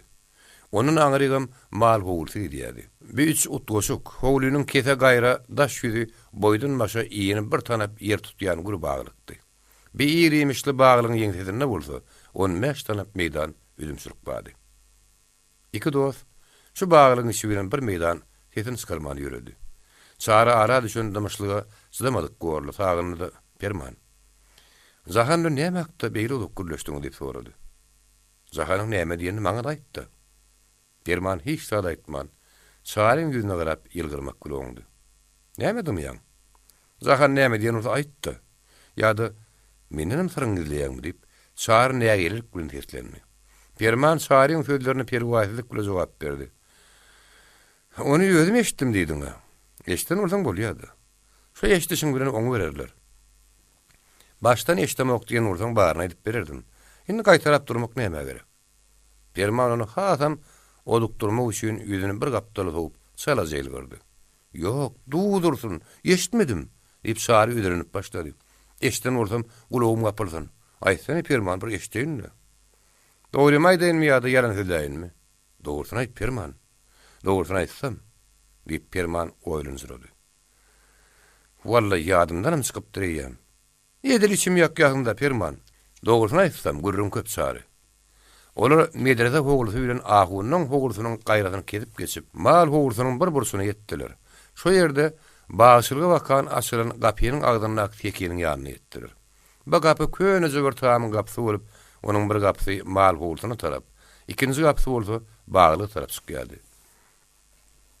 Ona hili gürrüm köp diýdi. Çary köňe telpegini alyp aşagyna goýdy da tekeniň bir gırasyna oturdy. Perman oň gapdalyna geçdi. Çary Permanyň agdyna ankarlyp, onuň sözlerine garaşdy. Aýtsam, ýyl arasyna senem gürrüňiň gatdal diýip Perman Çaryň düýbüniň garaşmadyk uğruna öpdi. Senem da baraň da gaşypdy. Bidiň nähil gürrüňmi bolsun? Nähil bolmadyn? Senem barýanyjy ýeriň eýem ýylanlapdyr. Bir taparky maskaraçylygyň ýyly zarym bolupdyr diýip Perman söz arasyna asrynyk gule Çaryň ýüzüne garady. Çaryň ýüzi gyzaryp gitdi. Onu hiç kim görmeýän ahir diýip berk ynany süýleýdi. Men näme edipdir? Hiç adam etmedim. Oň özi ilki üstüme suw serpdi. Menem suw serpdim. O men arkam ýumruk gülerdi. Menem urmaga dözmän elinden tutdum, başga bolanda atdy ýok. Perman bu gürrüňi Şaryň ünsüni özünden sowjak bolup hili bil aýdypdy. Bu wakany ýöň bir gezek şaryň özüne gurrun edip beripdi. Başga näme boljakdy? Biriniň şuwal gyzyna şeýle lagatan soň, elinden tutan soň, sana başga näme gerek dip, Perman garasyny lögürledi. Gaýyn öýeşikde näme diýer? Şerränki ýar gulaklaňam zomrardylar. Ýöne görmänler ýaşy bolupdyr. Indi ýöne işiň arçyna dady düşdi. 4 emeliň öňünde ýüzüň gadarda oturmaly bolsaň, şonda ýaman bolar. Muny nirden bildirki? Şularam jahan gurrun berdimi diýip şargyn galyp sorady. Ha o jahan aýtdy. Bilmejek manary barmy? Wah, muny göwherim özi jahany gurrun berenler diýip şar pikir etdi. Çünki ýöň bir wagtlar şarynyň ulagasynyň üstüne şeýle muzabat ýüklenip, obadan gaçyka gelipdi. Ola araslyk bilen başyny galdyryp Permanyň ýüzüne etdi. Onu nime näsemkä? Näme etmeli bor? Barjak ýerini tanap barmaly. Agyndan çykýan sözleri bilip aýtmaly. Kim bile iş çalışýanyny bilip, eden işini teljeri etmeli. Perman bu sözleri agdynyň uğruna aýdyp goýberdi. Bu sözler garrylaň agdyna köp gaýtyrylýan sözler bolan soň, onuň gulagyna galypdyrdy, gepin gerdişini aýdyp goýberdi. Ýogsa bu sözleriň manysy oň özüne has degişdi. Ol aslynda basan ýerini teljermezlikde şahardan kütökdi. Şahar başyna aşak salyp, agyr pikire gark bolup esle oturdy. Geçilmesi güýerden geçilip, barylmasy ýere barylyp durdy. Diýip buludan demin aldy. Permanyň ýüzüne garady. Ne bileýin beýle zatlaň boljagyny. Dostunyň agyr ýüküň aşagyna galynyk ýegişerli oturuşyna Permanyň ýüregi agdy. Onuň mundan artyk kösemäge ýüregi etmedi. Oň egine ýerini goýdy, gözlerini güldürip ýüne etdi. Bir näme dikel ho? Oýun etdim. Hiç ýeli gurrugam ýok ýyl arasyna. Şary oň ýüzüne aňalyp esle oturdy. Ony ýer gurrun ýok. Onu sen bizatlar nirden bilýän? Perman garasynyň ha-ha gaýlap güldü. Akmak, bu hatlaň baryny maňa özüň gurrun berdiňe. Şary iki ýumrugyny dup maňlany ýumruklady. Dogurdunam akmak. Ondan Permanyň egini ýapyşyp telterledi. Hey adam bile beýle dogry oýun ederlermi? Sen mykadip men gara janym galmady ahyry. O bu sözler gaharlaryň kişi bolup aýtdy. Kişi dillen bäýdi gaharlanýady. Ondan öýden Permana goşulyp hedredip güldü. Perman şo günden soň köp wagtlap jahany görmedi. Jahan bilen duşşuk, aralaryna bolan gurrun on kalbyna joşgyny duýup ýörünüm boldy. Ol öýdüni jahan hakda pikirden daş tutşak bolmaga çalışýardy. Ýüreginde söýgü joşgyny zyla ulap saklaýardy. Jahan bilen duşmagyň ýoluny gözlänen geçen, gaýta bilgeçden çeke durýardy. Sebäbi ol öýdüniň ýekedigini, dostlaryň howunlaryň ýokdugyny bilýärdi. Gecesi Seyit Murat Begleň alyna düşüp, Muhammed Murat ahuuna barandan soň, Permanyň göreneşden ahuunun hyzmaty bolupdy. Ol göwüne degilmekden, kemsidilmekden başga zat görmänmi. Onu äre giden heleýin ýygyna düşüp gelen ýetim saýýadylar. Adamlar etmeýärdiler. Şoň şeýrem hemişe Permanyň ýygyny gyzykdy, ýüz aşakdy. Bir gün gowanyň orta urpyndaky derwezden çykan keten köýnekli, tylla up bolgy. Ýöň ýanlarynaky suwly ýaby, onuň hemişe suwallýan olumyndan barman. İleri ýanynaky ýaşasyk töwütleriň arasy bilen baryp, bederlerini ýabyň ýakadyna goýdy. Goýa ýitirini barýal töwrüni garanjaklady. Söwgüdüň gürü ýaşasyk ýapraklaryny iki ýany terpişdirýärdi, aşağı-aşak batışdyrýardy. Ol söwgü şagazyklaryny iki ýany terpişdirip, boynu uzatyp öňe barýaka, birden bir zady göz düşen ýaryp saklandy. Söwgüdüň pürlerini gysymlap durşuny öňe ümdi gatdy. Perman, ýyp aslaja seslendi. Hiç da başyny galdyrman bagyň içinde işläp ýören Perman, piýiliň sapyna dayandy, başyny galdyrdy. Öýdüne waka delmenip, el bulap duran gyýyga göz düşdi. Dessine öýdüni gür söwütlüň arasyna atdy. Ne dogry işleýärdiň diýip gyýdyň olagatdy. Perman salaja gülümsirap jogap berdi. Hawa işlemeli bolýar. Näme üçin o gün bar diňerim barmadyň? Meni Muhammed Murat agun edil şo wagt gyssagyly bir ýere ýollady. Şoň şeýrem gelip bilmedim. Muhammed Murat agun nähene? Jagan birazjyk sagyndy. Men aýdanlarym näheli? Wadaňy durup bilermiň? Perman ýaýdan söýledi. Men durup bilen ölün. Nire barjagymy bilenmok çakan. Bilmedi ýa näme bar. Meňň kaýdyşym ýaly-daý. Sen meň ýanymda durup bilseň bolýa. Men durup bilmejek manym barmy? Men durarynda ýöne seni bilmeýän jagan. Sen kän wagtlardan bäri men niýatyň. Emma men sana gatynylmaýan, sebäbi ynanarlyk zat göremok. Näme? Näme diýdiň? Sana näme ýylnanjagym bilenmok diýen. Han ýabyň o ýakasyna özüň çekip durmady, bärik geçdene. Hani bir eliň bolmasy? Ýa-ýadym geçerin. Perman elindäki pirini söýgü edinip, ýabyň aňyry ýüzüne edil, Zahanyň ýanyna togutup düşdi. Zahan bir hili ýuwaş hereket bilen Permana baka ýöredi. Birden oň gözleri Permanyň ýyrtyk balagyna düşdi. On bir diýil çykyp durdy. Perman Zahanyň görünini bilip ýyşarynjak boldy. Şo wagtam bir aýagy suw gitdi. Zahan "Huy" diýip turmakçy boldy. "Ýany ýok diýip Perman ham sarykly aýagyny suwdan çekip aldy. "Ýene ezimim bar diýäsiň. O sen diýdiň ýyrtygyny satmandyr. Peýde sen ezi bolaýşyň" diýip Zahan ýol başyna hümürdedi. Ondan ýuwaşlyk güle Permanyň elini tutdy. Asfaja tesbire gepläp başlady. "Men seni şeýle bir söýýän. Perman, ýürekden gowurýan. Ýöne sen näme üçin maňa ynanmazlyk edýäň? Beýle bolma Perman, meni ýakma. Anan, ýürekden söýýän."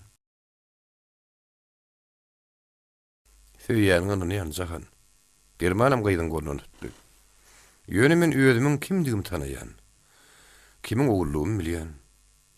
Ana garşyňda duran ýeketäk ýyrtyk balakly Perman. Keňem Zahanyň ataň eliň tanaýan.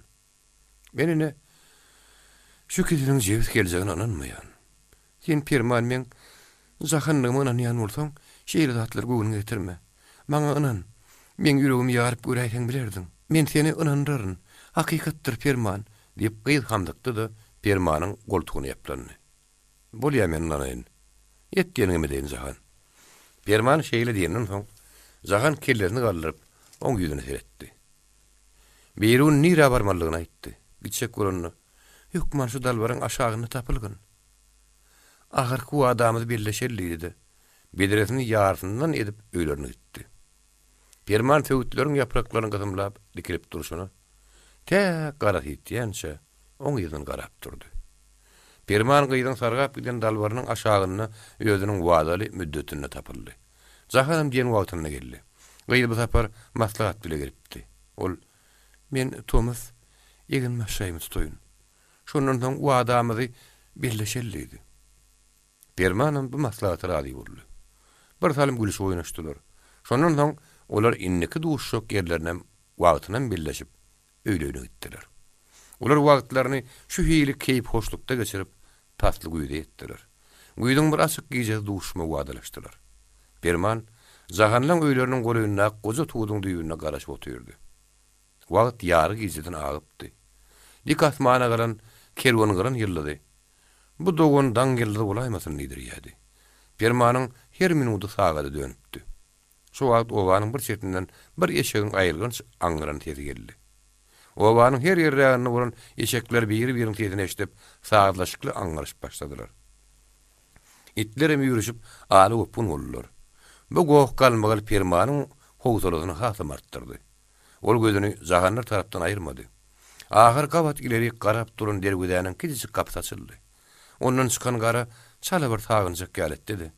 Permanyň garaşyp oturan ýerine tuğda gazyna tarap ýöneldi. Ýalrygyň ýangynyndan soňky güýdüň salkynjak kowatyny şemala çalaja şygyrdaýan tuğ şagalaryndan bir wagt galan şemal degen bir ksan ýaprak gaýyp gitdi. Howuldan çykyp gaýdan gara tuğdyň golujygyny geldi. "Perman" diýip ýuwaş etlendi.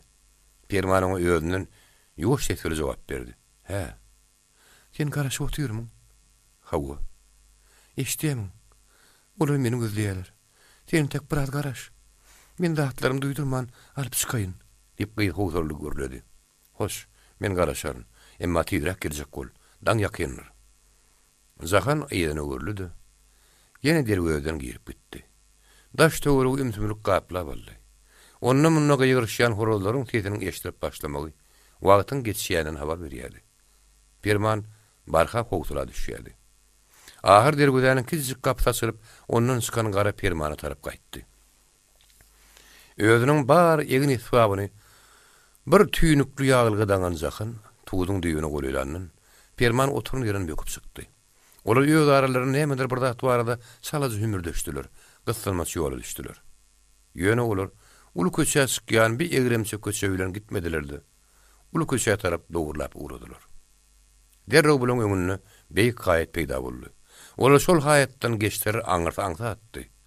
Bagly urup gidibermeli. Tuğduň düýbüniň uran matlaryna derwezden ýene bir garanyň çykyp, öýdleriniň ýygyna düşüp urandan bulan habary ýokdy. Olar haýatyň düýbüne ýetip aýak çekdiler. Sala hümürdeşip güýmenler. Derwezden çykan gara da töweregini ýaltaklap bulara golýlaşdy. Perman haýatyň üstüne minni. Ol jahanyň elini çekçek bolup aşak egilin halatyna bulan ýerine düşen gara gyssanmaçlyk bilen "Jahan" diýip seslendi. Iki elini ýokaryk Permany tarap uladyp duran Jahan ellerini aşap goýberdi, ýygyna garady. Bu garaşylmadyk şeýlege ýüregi ýarlan Jahan bir kädim ýyda tesdi. Oňa şeň ýydan gelýän gara Jahana golýlaşdy. Muny gören Perman haýatdan aňryk düşüp bagly tiňip bitdi. Aňardan gelen Jahanyň üstüne abandy da sozap demine ýetmän görledi. "Jahan, sen bilip ýören işiň näme? Bilýämiň? Ataňyň duýaýsy bir işe näme diýerler. Bedýän işiň gaty ýaman işdir. Henüz aýangalmagy ýetişmedik Jahan sesini ünlü çykarman durdy. Aňardan gelen sözünde dowam etdi. "Gatym bar tar ýyly ýok iş. Ýylgyn duýsa näme ýyl bolar?" Barada özüne bir näme rastlan Jahan. "Näme bolanmyş? Hiç ýer bolanda at ýok" diýdi de ýene adamdy. Aýyny derwede tarap uğradı. Derweden agdan ýetenlerini aňardan gelen "O kimdi?" diýip sorady. "Kim boljakmyş? Hiç kim." diýip Jahan gaharly tenzenledi. "Näme men haýatyň üstüne garany görenler ödýämiň. Bolup dur da gören bolsaň, hiç kim däldi." Bulan ýerine ýetip Jahan alyp gaýdan, onuň atadan aýryk sızdy. Olam öz ýanyň Jahanyň umydy gerdi. Emma onuň umydy gerligi öz ýanynyň ışık etmek göre şäklenýärdi. Onuň öz ışygyna düşüp ýörenden Jahanyň habary ýokdy. Bugun Jahana wagty bilen çykyp gitmäge peýasil berenemiş boldy. Bugun Jahanyň atasy öýde ýokdy. Şoň şünem aýlykçy Jahan ejegini eltip gowşurdy hem onu bolun ýagdaýdan habardar etdi. Jahanyň ejegi "Sen muny hiç ýerde agyndan çykarma. Ne atasy bilsin ne başga adam. Hiç kim aňmasyn" diýip aýlykça putu tapşyrdy. Bu tapşyrygynyň ýygyny oň eden ýagşylyk üçin hoşamatly sözler aýtmak, alkyş okumak gibi berkledi. Aýlykçy ýatak ýerine giden soň enes udokly ýyja gyýdyna akarat etdi. Ol öz ýanyň aýlykçyň aňarky garanyň kimdigini tanamanyny begenýärdi. Özü bolsa gyýdynyň kimde güwünniň bardygyny aňýardy. Hem on kim bile gaşşak bolýany saklaýardy. Şoň şeýle bol. Sen ýylyň gözläp tapanyň şu ýedi gapyda ýer tapmadyk, ýetimek boldumy diýip gyýdyna ýegenip başlady. Indi şondan başga adam gyryldymy? Hana, sen öz agdagyň gülýär bolun. Oň bir aýby entek ýaşlygy, başga näme kim bar oň? Şeýle döwletli maşgalany taşlap, bir ýetimek bile gitjek bolýarmyň. O döwlete kassetsen, sen pes bolarsyň. Ol gyýdyna eňirdäni, öwet berende oňmady. Men gyýdyma kimdir bir jadyl dowa edipdir. Ýertiýere çyksam, muňa gaýtargy dowa tümürelenip pikir ýüregine dugdy. Şeý dip gyýdyň ejeti. Gyýjy huwakany batyrdym etdi. Emma ol bir zatda ýalňyşýady. O gyýdynyň kim bile gaşşak bolanyny özünden başga guman edýän adam badyr etmeýärdi. Aýlykçyň Jahanyň kim bile gaşşak bolanyny bilmeýänligi hakda aýdan sözlerini garaşyndan anypdy. Aýlykçy mekirlik edenler diýip göwüni de getirmeýärdi. Ýöne aýlykçy gyýjy Jahanyň gaşşak bolan adamyny gözü ile görüp tanamadygan bolsa, olam edil Jahanyň ejeti ýaly. Jahan ile Permanyň arasynda gatnaşýan ýaly. Ony Jahanyň her adamyny ýygyrlap ýörmäge mejbur edenem, şo mümkinlikdi. Ýöne ol Jahanyň ejetiniň ýanyna Perman hakda bilgeçden dilýärmany. Ýöne ol basary uzak içinde saklap bilmedi. Onuň bir ýerde agyrdan tapdyran sözi agyrdan agyrda geçip, barha ululyp, üstü doldurylyp ýyl arasyny paş bolup gitdi. Munyň ýaly habara ýetdirgenip, behwit arap ýören adamlarym köpdi. Arsyna da, onuň eminlerinde de geregi şuň ýaly görürüm. Olar ýetdirgenişip bu gurrun öwürüp şöwürüp öz peýdararyny öwürdiler. Däri-däriň söýür, moly ölündi işleri ýaly. Bu şumlukdan ýöller üçin bir zat ýolmagyň uğruna çykdylar. Birun ýatawul taýagyny toglap, Bağın içinde işläp ýören Pirmanyň ýanyna geldi. Onu öňüne salyp arsynyň kalyp gitdi. Bu garaşylmadyk şakylgy Pirmanyň ýüregi ertip giden ýaly boldy. Emma batym özüne el aldy. Indi hem bolsa görülmeli bolar diýip göwrümne iňlik saldy. Ýatagul Pirmany arsynyň öýüniň gapsynyňky taamyň ýyşigini eltdi de alyp geldim diýip mälim etdi. Hem daş eşige çykdy. Ol Pirmana içeri girdiýän şart etdi. Pirman kapydan salam berip girdi. Emma munyň salamyny alan adamym bolmady, gele gördiýän adamym. Belki Pirmanyň öýdem salam alynar, gelip mürahat ediler diýip amsyna näl bolsa gerek. Ol içişikde arkadan diýwara söýdi de töýerde halyň üstüne oturunra güdaýlady. Arçyn bir buruşda ýanyny perýaslyga berip gyjaryp ýatyrdy. Eminliň dördüm onuň ýanynydy. Oradan perýaslyklar tirtekleşip ýatyrdylar. Oradan boşlanan çaýnaklar henidem aýrylman ortada ýüşüp durdy. Arçyn tirtekine söýenip ýatan ýerine dikeldi. Gapdanlaky epişgeden agdynlaky nahyny daşaryk tüfläp goýberdi. Agdyny çalıştyryp oturuşuny düýetdi. Ondan gahardan gyzaryň gözlerini ağlardy Pirmanyň gözüne dikdi. Pirman senmi? Diýip dadarly. Oň maňlaýyndaky ýygyrtlar ha köpereni ýaly boldy. Hawa Arçyn aga men diýip Pirman oturuşuny düýetdi. Gurap durun boğazını açmak için salazardyny zırady. Sen bolsaň o gece näme işler etdiň? Diýip Arçyn hamana eýýäm hemme zady ýetik äňde algyrly. Ayağı, mene ýutuşyk bir eden işim bilemok, diýip Pirman ýögtül jogap berdi. Ene saňa gerek bolsa, diýip eminleriň bir Arçynyň ýüzüne ýallaklady. Ol öýden işini bilen okmuş. Ýeri, muňa näme diýersiň ha? Soňra ol emin ýüzüni tutup Pirmanyň ýüzüne garady. Oň ýüzi Pirmana bethaýbat göründi. Onuň torba ýaly gara sakkal guşoklugyna düşüp durdy. Oň bu görnüşi Pirmanyň howalasyny bassy. Ol berdenem oýnaklaýan ýaly ýerşardy. Arçyn Pirmany gözüne aradyp gürrüň dowam etdi. Näme sen doňuz ogly? Öýden doňuzlygyny bilmedik sen bolýarmyň. It ogly. Haramdadyçylyk edeniň inni bilmedik seremäň näme? Şu adamlaryň öňüne geleňde bir eden haramdadyçylygyny dogry söýledi. Näme? Martaryň aşyp otyrdyň haramdady. Biriniň adagylygyny alyp gaçmagyň nähili haramdadylygyny bilýärmiň? Başga bir adam bolsa, eýýämden kelle aňalardy. Emma bagytyňa duşanyň Hudaý berdi boldy. Arçyn sözüne dyýyny berenne. Ýa-ni bir haýbat emini "Söýleber han ol, eden işini. Sözläp bilmejek bolsaň, ýoň ejen goltugyndan çykmana turmar ekeniň." diýip ýylyň kämeňde men ütüşik ses bilen gülüp goýberdi. Oň gülkü taamyň içine sartyrdy. O gülkü arasy bilen ýanyna oturan ak sakkal emini öýlendi. "Men aýdýanlam dürüst dälmi kethuda?" "Bilmedim, kethuda. Howalamy oglaryň systyny basýan olaýmasyn" diýip ak sakkal emin jogap berdi. "Howalasy basyljak bolsa, ýoň ejetiniň goltugyndan aýrylmadygy gerek" diýip gara ýüz betnaşan emin ýene güldü. Gorko kowsaň batyr bolar diýenleri. Bethaýbat eminiň bolşy Arçynyň hemleli söýgünişleri Pirmanyň etini gatartdy. Ol gaharyny saklap bilmän gyzmaşlyk güle pert-pert gepläp başlady. "Ay Arçyn aga, hemleli hem söýgüniş sözleri haramdaçylyk eden adama aýtsak bolsaňyz, ilk haramdaçylyk edeniň kimdigini bilip, soň aýtmak gerek. Emma men ýyldy ýok haramdaçylyk etmedim."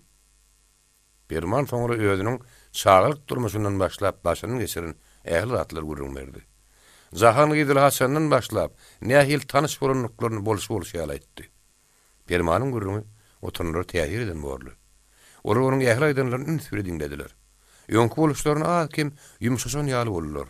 Dogrusyny aýdanda, beýil bolmady ýaram däldi. Pirmanyň hikaýasyny dinleýän her bir adamyň ýüregi erep, Pirmana arka duraýmaly. Ýokman zahany Pirmany alyp beräýmeli diýmeli. Pirman gurrunyň tordum edenden soň ara bir howa ünsüni garalaşdy. Ahir eminiň bir oturuşyny düýetdi. "Gördüňizmi kethudalar? Men aýdaşym ýaly bu ulanyň öýde parahat ýoş edip beren bir oğlan. Belanyň köri şo gyzda" diýdi. Eminiň arasyndaky şalasowat molla sorak biri öýdüni şerigaty ýylap bilýän adam edip görkezek bolup söýle goşuldy. "Bu aýdýanlaň dogry kethuda. Emma welinim bu näme üçin özüge biriniň nikahyny el gatypdyr? Ine şuňa näme diýjek? Bir şeriýata suýanda däle. Ogru şam alini yer diýip Betkaýbat emin arafy goşup goýberdi. Oýmandan soň el gatmasa alajy näme? Yeni güne gyýyzy agalar diýip beýlek emin aýtdy. Arsyn edir ýoňky ýaly hum kimin çiýişip oturmady. Entekler gahar ýatşar ýaly. Ol ýene perman algyrly. Sen o gyýdyň bir ýeriniň adaglysygyny bilen okmudyň. Perman biras sagyny. Näme diýjegin paýgaslany? Bilmedim. Bilsem de o gyýy adaglygynyň sowapdyr diýip sözläp başlady. Ondan el çekipdir hem ýüregini maňa beripdir. Şoň şenem onuň göwnäkini kim çödüler? Ondan onuň adaglygy ýaşazy oglan. Gyýdyň hata eden ok. Şoň şenem men oň diýen etdim. Molla sorturayan emin bu talabansylykdan başga dady bilmeýän ýaş ýigdiň agdynyň şeýle gurrunlyň çykyşyna hayran galdy. Betkaýbat emine bolsa permanyň bu gurrunlary eşegiň gulagyna ýatyn çykança da ýokdy. Arsyn permanyň ýüzüne tinkerin dikip bir salym oturdy. Bar, sen o daşardagy bagyň aşagyna garaş, diýip emlediklerini. Gerek bolanda özüne çağırars. Perman da çykyp gitdi. Onun yırtık barağına göz düşen moğulla soruyemin yan höylemez masgulli. Bir gıydan hala püren yigidini seyretsenizle. İyisi gaydan gıyın. Peyde var. Höylenecek yigide seyredine. Bada gıy. Aşıklığın eti yal. Sal olup dur böyle. Moğulla ket huda. Sen ne diyedin? Bulur yalla yoğunmağa şemeli dağdın. Bulur gumanına vardır deyip sakar ülküdüne tuttu. Moğulla ket huda. Şulur yali davan tapmak men işim. Yoğunmak sen işin. Men bunun muňyal diýwany ýok yerdenem tap bilerin. Ýönetin ýoğunmak işin ahmal etme. O moğulla sor emine tarap egilibirek, sesini tägel ýuwaşadan kişi boldy. Muň ikiniz tarapyndan ahmal bolmagy moğullam. Şo wagt ýatagul gapydan girip, eneligi ýöňrek gelip öýde garaşyp oturýarlar diýip habar berdi. Arsyn ýataguluň ýüzüne seretmän. Olara aýt taýyk gelsinler diýdi. Ýatagul barıp sahanyň ejetine Arsynyň şagyrýanyň madyny. Ol ödüň näme üçin şagyrýanlygyny aňypdy. Bu zahanyň wakatynyň ýyla paş bolunyň alamatydy. Şoň şeýle ol ýatagul. Enhabe tiz barar. Sen bar ber diýip ýola saldy. Gyýdyň daşyna geçip başlady. Ha. O ýerde artan kellet kesilmişdi. Arsynyň kaçagyrdyp biri ýyl maskara hediýe diýdi. Indi näme diýjek? Batşak yerin bilmeden, yetişik işin bilmeden şeýle maskara bolursun. O bir tarapdan, şeýle diýmek bilen gyýdyň ýüregini, permany bolan ýigrenç döretçek bolsa, ikinji tarapdan o wehim saldy. Eger perman nep dil ýazyraýsa, özüniň atasyndan bütün öwladynyň geçmeli boljakdygyny aýtdy. Şeý dip gyýdyny madaly berkledi medenden soň, gyýdyny tirkap Arsynyň kabaka uruldy. Arsynyň ýanyna perman urun soň, olar öýde garaşmaly boldular. Eneli tirkeşip kapydan girenni. Arsyn oturun ýerinden gowrun zırady. "Gelin," diýdi. Eneli tama arkasyny berip oturdular. Arsyn nas kıyadetine sypalap oturşuny Zahanyň ejesine öýdündi. "Yeri, bir künnükde siziň howluňyzda nähili galmagal boldy?" Zahanyň ejesi uz ýaşyny oturun ýaşmagynyň asynyň "Ullokan galmagal bolany bilemdok" diýip gyýdyna baka garap oturdy.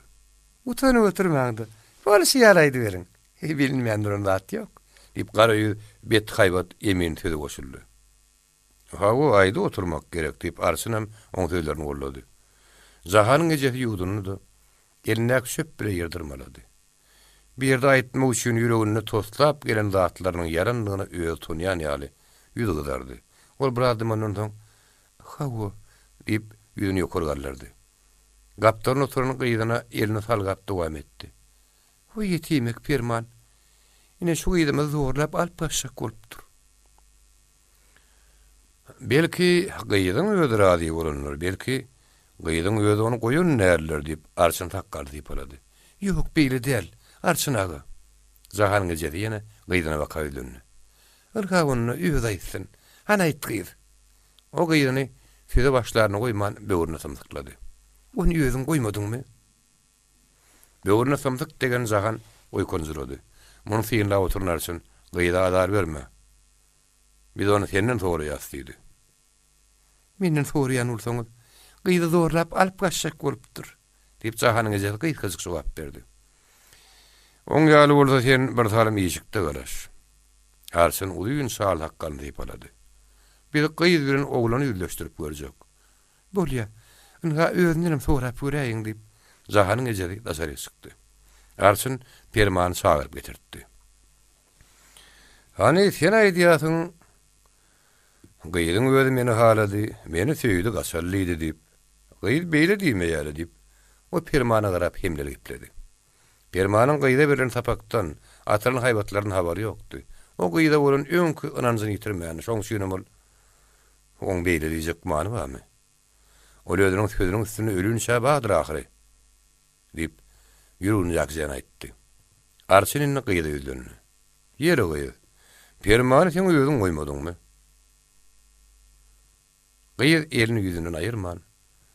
Ýüzün iki tarapa sapsaklatdy da öňkü ýaldymygyny dowam etdi. Arsyn sorugyny ýene gaýtardy. Şondan soň gıýyz, men permany razy dälim. O meni doğrulap ekçek boldy diýip ýuwaşy. Emma içerdäkiler eşiter ýalaytdy. Permanyň ýüzi gydardy. Saçlary tyk-tyk boldy.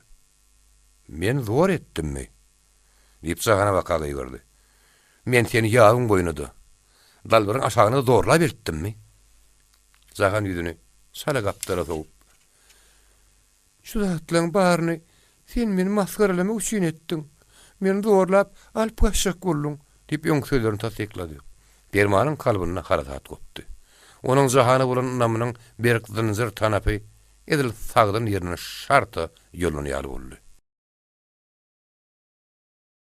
Olagyndan näme çykýany, näme samarýany bilmedi. Ah, iki dilli biýüpa, dönük. Men başymy gowy atarlyň.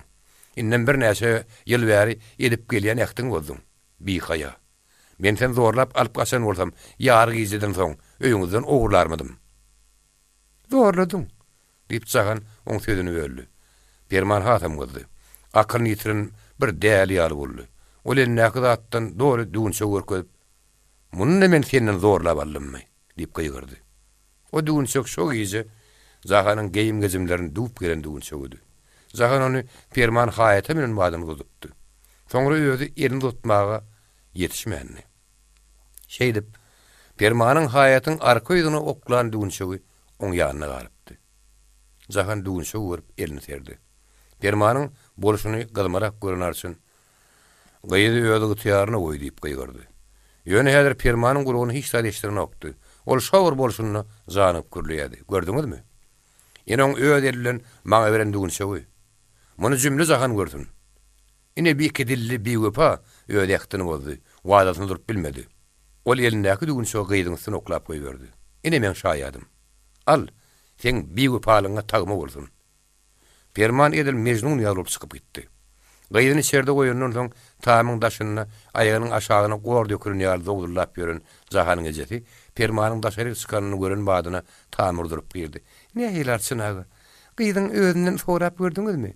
diýip Arsyna ýüzlendi. Arsyn 5 barma bolun sakkalyny daraklady. Sorady özüne.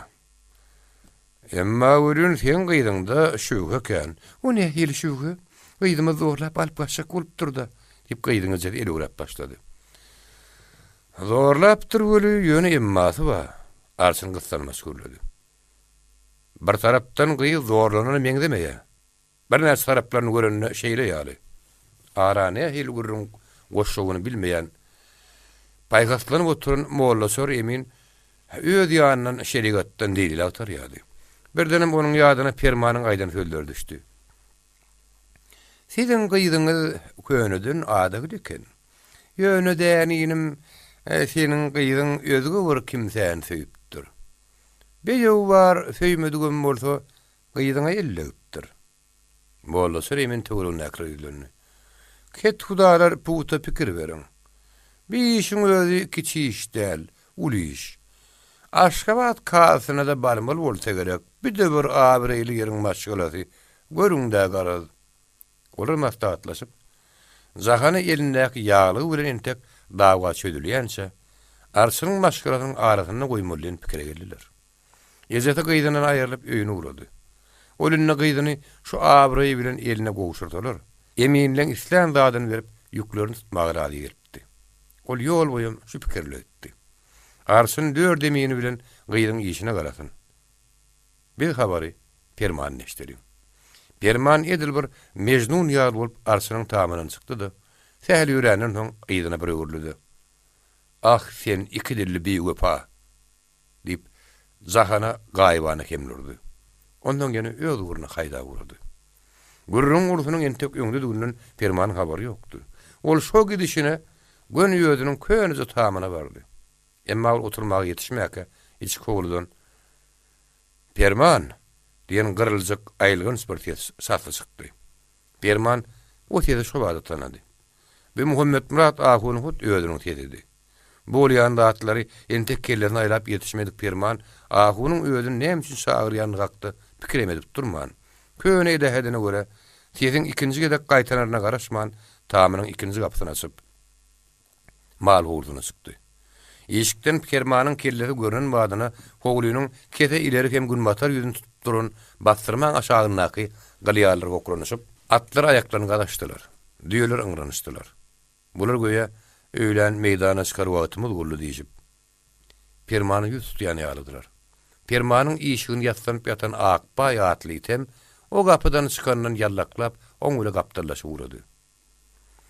Perman ýere düşük bolup ýatan mal derslerini baskylap tir pursatda iki howlunyň arasyndaky dergüdesini açdy. Ol mal howlsundan oturum howlusyna geçen ýerine onu daýy nurana görmegi peşeneli gürü gara takkalynyň ýan ak görünüp başlan bir adam garşaldy. Daşyny göreýmäge onuň ýüzi beýle bir agras görünmedi. Ol egine ýaskynjak alan göwüşüllen doğanyny omzuny gaharly hiltäp tartanyny onuň gözlerim edil gudu için göz ýalgydardy. Ol alkymyň aşagyna duran Permanyň üstüne abandy. Perman diýip aýlan seslendi. Permanyň jogaba garaşman oň üstüne dönüp başlady. Sen doňuz duýu ýen ýerine kaç edýärsiň. Duýu sen gödüňi tutar. Men it bilen tabakda şorazmy gelenok. Şu günden şeýlek. Şogully sen garam görünmesin. Oň başyna kiçengrek sar tilpegi saňyllap durdy. Onuň gaharynyň barha mewzalyanyndan habar berýärdi. Ol sözleriniň ýetginjek Permanyň ýüreginden ok bolup geçýän gakdy pikiremeden okdy. Barha beterini tutýardy. Asyl doňuzdan ýemele gelen elmedama doňuzlugyna galjak eken. Şu günden biýana garam göreýmäýin haramdady. Ol agdyndan tüýkürüni tüçürdip Permanyň üstüne düýläp durmagyny dowam edýärdi. Perman şu neçeni ahunyň ýüzüne gelip bir söz aýtmaga däl, hatda oň ýüzüne de dogry garap bilen okdy. Onuň her hili tagnaly, iýgenişli söýgünçli sözlerini çekip çydap gelýärdi. Häzir ol ýüzüni aşağı salyp, ýüzüni gyzardyp, kum ýaly çyşyp durdy. Ahun sözüne tähel dyýyny beren ýerine Perman berdi. Ahun aga, diýip gat ses bilen gyrdy. Oň bitesi Ahun tiskinlerdi. Hatda oň özüm öz sesine bir ýadym ýyzy tesenini duýman galdy. Emma ol bir wada sözüni dowam edip bilmedi. Damagy dogran ýar boldy. Bir salym gözlerini tegelep Ahunyň ýüzüne seredip durdy. Ondan gaharyna bäs gelip bilmän Ahunyň özüne nime tyrgyrdy. Sen howluňdan kowsaň meni kowýasyň. Beýle howluňdyr. Kowgam bilerdiň. Emma men astyn ýerden emele gelendigim bilen sen işiň bolmasyn. Men itten emele gelen bolayyn, doňuzdan emele gelen bolayyn. Nämeden emele gelenim bolsam, o men aslym. Oň bilen sen şärikçiligiň ýok. Permanyň birinji gedek şeýle gaýtar geçden Ahunyň gözleri çyraý alýanny. Ol Permanyň ýüzüne çiňerilip, "He, saňa dilem çykypdyr ha?" diýdi. Dogrudan mundan ol Ahun Permanyň dili badyram ötmezdi. Perman diňe birdir ýarymdyr ýakyn diň duşlarynyň ýanyna bulaýmasy. Ýözgü ýerde geplemelem ötmezdi. Diňe gerek zadyny aýdyp, soraryn da jogap berip, ketini çykarman ýürerdi. Oň guruluşy tukatdy. Sen işiň bolmasyn diýsene. Ahun Permanyň sözlerini ýaňsyl gaýtarap, barha gylyp gitdi. Binähil bir haýalyk, binähil aslyn tanamazlyk diýip gygyrdy. Men işim bolman, başga kimiň işi boljakdy doňuz? Binähil doňuzlyk. Gahar içine sığmandyran Permanam ýarly. Men aslym bilen bir wagt ölüp giden atam bilen sen işiň bolmasyn. Sen näme işiň bilen bolsa men bilendir. Men islemeýän bolsaň, Ödülsiz kovup bilerdim. Ýöne aslyma dil ýetirmerdim. Dip aýgy dedici gözlerini Ahunyň ýüzüne dikdi. Ahunyň bu garaýşyndan gaharynyň ýetjek derejesine ýetendigini, häzir onuň hiç tatdan gaýtmajakdygyny gördü. Onuň akbaýda bu görnüşden gozulaňy düşün ýaly bir gapdalla goýrugyny bulap, bir oturýady, bir turýady. Ahunyň hum ýaly çyjyp ýetjek derejesine ýetdi. Ol hut şu neçenni, adam çağırdan şunu ýaly gaýtyp görmänni.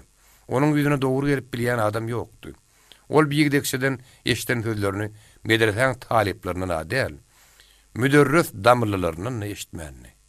Olar Ahun öýlerine her neleňde gatykya ýetdi. Ýüzlerini aşağı salyp sessiz ýönde oturmak bilen Ahuny gulak asýadylar. Ahunyň bar gahary bokurdygyny gelip bir howa gepläp bilmendim durdy. Onuň kakyndan ýaly ýerde epip goýgardy. Sen nejis, haramzada. Şu sagadyň özüne sowrul, garaň görünmesin. Eşitdiňmi? Eşitdim. Sen dur diýseň men berde durman. Men giderin ip perman. Howryň gaýry ýüzüne äki. Bagly çykýan dergözüne bakaýyn öldü. Başa aýlanyp gözleriň garankrap duran perman ýoluny tapmaýan ýaly enterekledi. Şo wagt medrese howgursundan eşitilen öýle adany Ahuny gorkutdy. Ol öýüne girip peşini geyip çykmagy ýadyndan çykarmadyk bolsa-da, täm mescidi barýança oňlaýyň alyp bilmedi. Asly haramzada. Haramzadalygyny bitişek eken diýip ýol boýy öz başyna ýüngürdäp gitdi. Başga ýerden gelen 2 ýaşly Ahunyň kurun ýütgeşligi aňmadyk bolsa-da, öýleriniň täratlygyna täratsyzlygyna garaman, oň ýüzüne namaza durjak bolup duran bir topar medrese talypleri oň ýüzüni gören wagtlaryna onna kurun ýütgeşligi duýdular.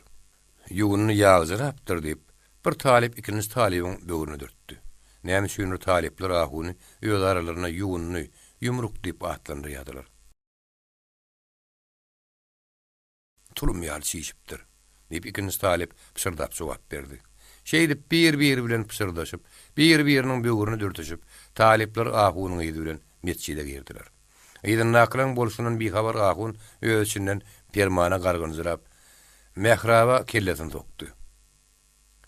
Ol hemişeki suara sürelerini yerli-ýerine saýgyrmaz ýagdaýda sanaşdyrdy, başyny tejde goýdy. Perman Ahunyň howlusynyň bagçylygy çykýan işigine bardy-da, süýe ýapylanyp ýygyna bir garady. Howlynyň içindäki 2 tane agy, onuň işigindäki eýwany tamlar. Olaň töweregindäki baglar. Gül agaçlary gözüne çara salgym bolup göründi. Ol bir agajyk durandan soň ýerine tilikdi, bagçylygyň içine urup gitdi. Men Ahunyň ýüzüne geldim diýip, ol içinden pikir öwrýärdi. Oňa şo soňky sözüme diýmesem boljakdy. Ýerine çykan bolsa we ulyň Ahuny ahyry. Kalbynyň jümmüşine garaşylyklaryň duýgu peýda boldy. Ýok, men dogry etdim. Hem şunu oň gaýtar bermelimiş. O men aslyma ýetdi. We bir tapar 2 tapar däl. Men aslym bir oň näme iş barmyş. Meniň wody bile girip külülen çykyp ýörün. Bir diýen 2 de gaýtaradym. Şeýdip ýörkämem, her gün käýin, her gün iýgen iştegünç. Mundan bir mydar bolmy. Gaýtagyň kogun ýagşy boldy. Ol göwünni bire baglasady. Uzak wagtlap ýynjylmak mesele etmedi. Bir agar pikirden sypmanka, ikinji bir agar pikir synabandy. Ýagşy. Indi men kimiň apysyndan bararyn ýen towal. Onu ayak çekmeye mecbur etdi. Nire gitşegini bilmän ýaýdan jyrady. Näme üçin barýany öýdüm bilmän ýene köňüzi tamyna tarap gitdi. Göwünli dädem dessemle tamyň ýanyna bardy. Hem özüni tekiň üstüne goýberdi. İkerülün kellerini tutup pikir etşümdi. Ahunyň gapysynyň gelip başynyň geçiren wakalaryny ýatlap başlady. Emma göwün galkynar ýaly hiç bir zat ýadyna düşmedi. Perman 6-7 ýaşyna ýetýänçe Gül Sultanyň täze öýüniň bir duguruna orun tapdy. O wagtlar Perman durmuş tutumynyň tapawut taraplaryny bilmeýärdi. Olýa da okurasyna kesmeň goýurup berilmegini özüniň gowy görülýänligi üçin düşünýärdi. Soňa bakawul Ahunyň beýle haýallaryna bolan çağırar bilen tutuluşyklarda şarpygyň ýek özüne has dödümli degiýänini duýup başlady. Yekelik, kemsinmek duýgusy. Onuň depesinden agyr ýük bolup basýardy. Elbetde çağırlyk, ol özüne degen şarpyklary ýene bir sagatdan ýadynan çykarýardy. Hem täzeden çağırar bilen oýuna gylgýardy. Ýöne degiýän şarpyklar, kemsidilmeler barha ýygy-ýygydan gaýtalanýady. Hem olar ýatdan çykarmagy wagtam ýetmeýärdi. Onuň ýagdaýy ýeri täzelenip ýerlemedik gudyň kyýarly. Ol bu howlynyň şagyry bilen goşulşyp bilmän, köpleniş öz başyna oýun tapyp ýymenýärdi. Emma ýödüni gaça tutmagam hem işe onu halat edip durunokdy. Onuň oýuny bozýardylar. Dumry duşdan şekelep ithalan sanazy döndürýärdiler. 2 ýaşyny olup 9 ýaşyna girenden soň Perman oýnamaga da wagt tapmady. Ol hyzmata werdiş edilip malygyna salyndy. Şundan soň Perman durmuşyň aýrygularyny has içgen düşünip başlady. Ol özüniň geýýän ýygynmaşynyň Muhammed Murat Ahunyň maşgylatynyň köne tanatlygyny gördü. Käte ejeti oňa beýlek şagyry bilen deň şaýyna gar beren wagtyna. Munyň üçin ejetiniň sanaty iňirdir eşdiýäni sızdy. Şol arada da Ahunyň Perman belagaty ýetipdir. Indi munyň ýatak şaýyny başgalamak gerek diýip buýrmagy bilen Permanyň mal howlusynyň bir çetindäki mal ihsaplar saklanýan könüzi tama geçirdiler. Biýagda Permana has agyr degdi. Ol Ahunyň öýünden özüne ýürekdeş tırdaş tapanyna geçen oň howlusynyň bir çeteden alyp taşlandy. Perman bir suwag giden köne tamyň Muhammed Murat Ahunyň eýwany tamlar däýerligini görüp dursa-da, onuň nähil tamlygyny akyl ýetirdi nezirdi. Ol gawsary garýört bolup giden bu köne tamyň özüne nähili akbal taýýarlaýanlygy hakda oýlanyrdan ýaşdy. Bu köne tamda odulan Perman ýaly bir näçe talaban ýaşap geçipdi. Olaň içinde kimse az, kimse köp ýaşapdy. Käbirler bolsa bütün ömrüni şu tamda ýaşap müzerret geçipdi. Bu tamyň içindäki ýolguny şok hem ýyrk-ýyrtyk at geçeninden diýo halygyny baratdy. Ine Permana durmuş üleşiğinden yeten dağıtlar şu boldy. Bu howlu indi onuň ýalňy sırdaşy Ahunyň mallardy. Ýöne ýürek ýewürküýdi. Perman bu howluň tapmadyk deň duşlaryny, sırdaşlaryny onuň daşyndan gözlemeli, daşynyň tapmaly boldy. Olar şary, zahan, aşyr ýaly Permanyň meýdanyna malydyna ýa-da oçşep ýygyp ýörkä duşýan ýollaşdyrdy. Olar Permana çyn ýürekdeş boldylar, hem ony ýekedir etmediler. Daňsydylynyň tä garangy düşýänçe Perman mallaň ýerinde saňsyraklap geçýärdi. Agyr hyzmat, ýalňyzlyk ýerarly onuň gany kesikdi, göwüni çökkünni. Käwat meýdanyny öýdi ýaly ýollaşdary bilen duşanyny diýişir şaraýmasa. 10 ýyl gyranyny görýän adam ýokdy. Ol hemişe ýygyny gysyk, sessiz gezýärdi. Medresäniň talipleriniň bir kärmi oňa larja ulanyşyk diýerdiler. Talipleň arasynda ony götergüläp, pelwanjyk diýip hoşama edýänler de bardy. Ýöne köplenç o hakda aýbyr ýetinji sagydyr da diýerdiler. Perman soňa waka öz bet bagtlygynyň düýüp ödeniň şu tözlerdedigini akyl ýetirip başlady. Perman könüzi tamyň gapdanyna tekiniň üstünde pikire bat oturka. Ahunyň öýleriniň iň çetkirinden orta ýaşlaryna aky, gara gözli tegelek gözlü edil Permana salyndaş bir aýal çykdy. Ol baglaryň içi bilen Permanyň tam jagadyna tarap uğrady. Gelip goltuğundaky emp ýatan şagany emdiginiň aýyrman, dünýäni duýmany turan Permanyň gapdaryna geçip tekin gyraltyna turdy. Gapdaryna gelip oturanyň kimdigini görün, Permanyň doň şöýlerini ýaly boldy. Tekiden düşdi. Ýerde ýatan agazyň üstüne oturup ýer dyrmalamaga başlady. Perman diýip Gül Sultany ýoşadyşdyny. Permanyň ses çykmady.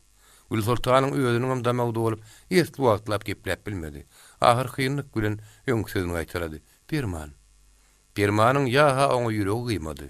Ýa-da jogap gaýtarmasa oýulmajagyny bildi. Ejetinden öýkeli ýaly ýüzüne bir gapdal sowdy. "Näderdiň Permany?" diýdi. Ejetin boluşuna ýakmet bermän, "Ahun näme diýdi?" diýip sorady. Perman gaharly kine bir jogap berdi. "Ahun maňa gapsyna ýatan itini diýmeýän söwünçler neydi? Başga näme diýerdiň?" "Itini diýsene." diýip Gül Sultan goltugyna şagadyny gowsundyryp içini ümletdi. "Gawy itine?" "Menoň üçin it. Onu da näme hiret? Ýöz ýüpünüp, salgyma çap ýören, en täp ýören bir şolugyň ýerine düşüp gelen it. Ýöne bir ýerde solukda näme güne bar? Olanyň güjüklüğünden ýallap ulaldypdyr. Onu ösürsünden adaşdyrýanyny näme bilsin?" Permanyň bu sözleri Gül Sultana gata agyr degdi.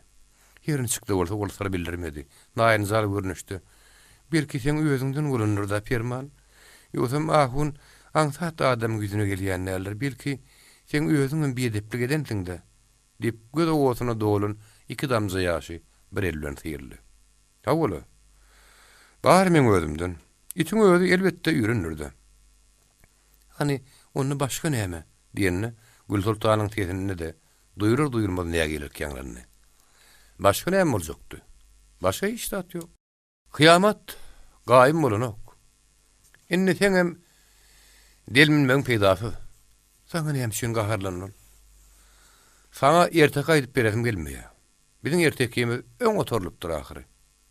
Gül Sultan ýene damagda bolup kynlyk bir gepledi. Indi sen nirä giderken? Menmi? Diýip Perman azyl gördi. Da kim boljakdy? Sen öz süreniňden güjüň ýerine terka uraňdy. On iç çıkanla soňky ýerjeklerini hakda oýlanmandynda eje. Diýip Perman ýerinden turdy. Bir teminni kısmatyny nakyn görürdi. Ol şundan ýygyna garaman, bagyryň içine urup gitdi. Gül Sultanam ýerinden turup esli wagtlap oň ýygyny seredip durdy.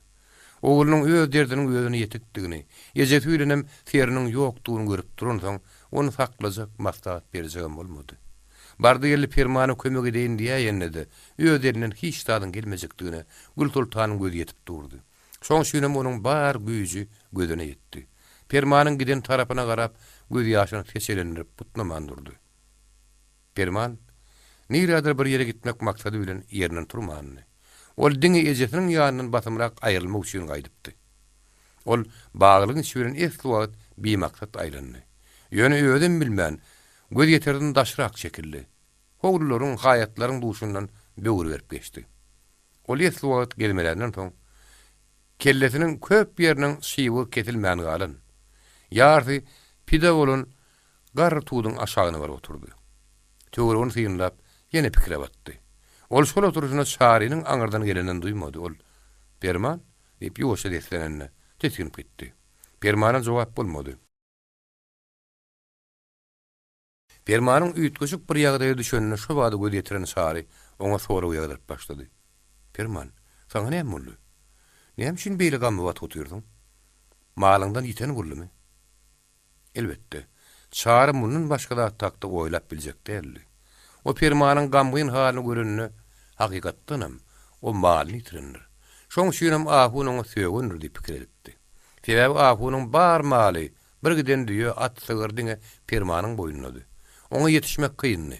Meçhitdäk talipler sygyrlar agşam ýatagyna gelenden soň olaň öňüne ýeňiljek bir gujak utatsalar besdi. Galan bar iş Permanyň başynady. Bardy gelediň duşlar oňa kömek bermek şol aýdylaram. Ahun olary kowurdy. Permanyň ýagdaýyny bilet şahary, o hökman ýa bir ýabysyny, ýa bir diýetini ýitirenler diýip pikir etdi. Perman iki el bilen duluklaryny tutup, aýaklaryny taýyl edip, ýoşa gymylady oturşuny. Ýok şahary, malymdan ýiten ýok, diýip jogap berdi. Onu näme üçin sen beýle tukat görünýäň? Walla men ýerbet bolýan Perman, diýip şahary temmäki dolanyp çilmişekmäge başlady. Ýok şahary, malym ýiten ýok. Ol iki elini dulugynyň aýyrdy. Bir gapdaly ýüzüni sowdudy. Sallanyp duran bir ýaprak alyp, elini oýnatmaga başlady. Biler bolsaň şahary, şu wagt meni ahun öýünden kowdy. Näme üçin? Çargyň aldy. Düýbinden kowdumy? Näme üçin? Sebäbi näme? Kowulsaň mykly kowullugyň bolýar da şahary. Perman jana agyrly gürledi. Başka nähil bolar? Diýip şahary işini imledip goýdy. İnim. Perman söze başlamak şoluny damagy dolup, ýüzüni bir tarapa tawdy. Kynlyk bilen gamyň seslendi. Innem barjak kapym bilmän urumy ýitirip oturuşum şu. Şahary oňa newi sagyrjylyk bilen seredip, sebäbini açyk bilip bilmediňmi? Diýip sorady. O Permany gepletmek, şoň bilenem derdini ýeňletmek isleýärdi. Sebäbini bilmek gerek eken. Şahary häzir Perman üçin elinden gelen etmäge taýynly. Ahunyň ýanyna barmagy da çekinjek däldi. O sebäbini aýtmady. Perman sözüne bir agazlygyny berdi. Göwnüni bire baglady. Ýöne oň sebäbi açyk mälum zat. Men onu aýtmaga da bilýän şahary. Näme sebäbi bar? Şu gün meni Zahan sebäpli arşyna çagyrdylar. Kim bolsa bir şuullan gorly. Ay kardeş. Onu ahun ormandır. Sarı ahmırlı başını yakadı. Bir yerde zahanın ödüğünü yakar ağırı. Sarı lögürleşmegi Permanın derdini yeňilleştiren ýaly boldy. Emma ýenigdem kellerindäki agyr pikirler sögüdüň üstünden giýje öýrdülen tersi toporunyň daşa gidip bilmän sögüdüň töweregine köwürüp duruşy ýaly. Onuň el çekip gidibermeýärdi. Alkem göwrümi giýen Perman pikirli görnüşde görledi. Men ahun özüme şo sebäpli kowandy diýen. Dogry. Bimen öz göwnüme gelişi. Ýöne başga sebäp badyr edemok. Perman umumanam öz pikirini ýalňyşmandy. Onuň kowulmanyň düýp sebäbi zagan hakdaky gurrunun ahunyň gulagyna getirilmegidi. Ýöne onuň gozulym bir waka bolupdy. O wakada ahunyň gulagyna ýetipdi. O waka Permanyň hem galtaşygy bardy. Ýöne ahun näçe bilmän içini hümledip ýördi. Zaganly waka bolsa ahuny Permanyň diýilmegi açyk sebäp bolupdy. Elbetde Perman bu zatlardan bir habardy. Dostlaryň gurruny udaga çekdi. Gün ýaşdy. İňirik garalyp başlady. Hanynna şu ýerden bir gideli. Soňram soň görüp berýärse diýip Perman ýerinden turdy. Çary pert görledi. Perman, sen nire barmagyňa gurruny medip oturma. 2 dogan bolmasak, 3 dogan ekenekdi. Asal men seni öz doganymdan kem göremok. Bir de gideli. O Permanyň ýaýdan zaraýanyny görüp, hassa keskin görledi. Sen ata menemden ýa-ni arkaýyn bolay. Olaň tähelsizigem ýüzlerini sıtmajakdyklaryny bilýän. Ona menem bilýän. Ni Perman her neçe bolsa ikirziňlerini. Bolýa men tamamda aňar berjigimma olary alaly. Olar terkeşip Permanyň bolýan könüzi tamamına bardylar. Perman özüniň ölügüze syragyny ýakdy. Tamamyň bir duruny üýjüp duran köne tana geýimlerini hem beýlek zatlaryny ýygnaşdyrmaga başlady. Bir durly Permanyň öz ýatgan kravady durdy. Oň üstüne tagta deregine eýlek-beýlek ýüp germelipdir. Dijökçe deregine diýoharlyklary, at keçeleri bir tertip atışdyrlypdyr. Sary özüni şo kravadyň üstüne taşlady-da, çiň arkan düşüp ýatyşyny öz iş bilen başga bolup durun Permany janyp gürrün görmäge başlady. Bilýämiň Perman, şo diýen gaýtarmagy. Dogurdunam ýedil bir perijigiň bardy. Perman işinden ünsünü ölmän soraw berdi. O haýyty gaýtaram men diýenim. Hay walla. Ha, ýerinden tutdum diýmedimmi? Ha, hawa. Ondan näme ýeli? Diýip öz işi bilen müptela bolup duran Perman dostunyň gurruna gortup berdi. Walla. Ýedil bir perijigiň bardy. Peri tüz, duz ketsin, ýedi bir şaýmeri. O sırap ýerinden turdy-da, işiň agzynda duran eýeriň üstüne sagajyklyň edişi ýaly atlaýyn minni. İki ýana ıranyp oturuşyna göçkün bilen gurrun dowam etdi. Hey dostsan. Bir gedek o şuwalygyň gürleşini gördüm görün. Ýedil içim dirje tütünsiz ýandy. Onu görsem senem ýanardyň. Nähili?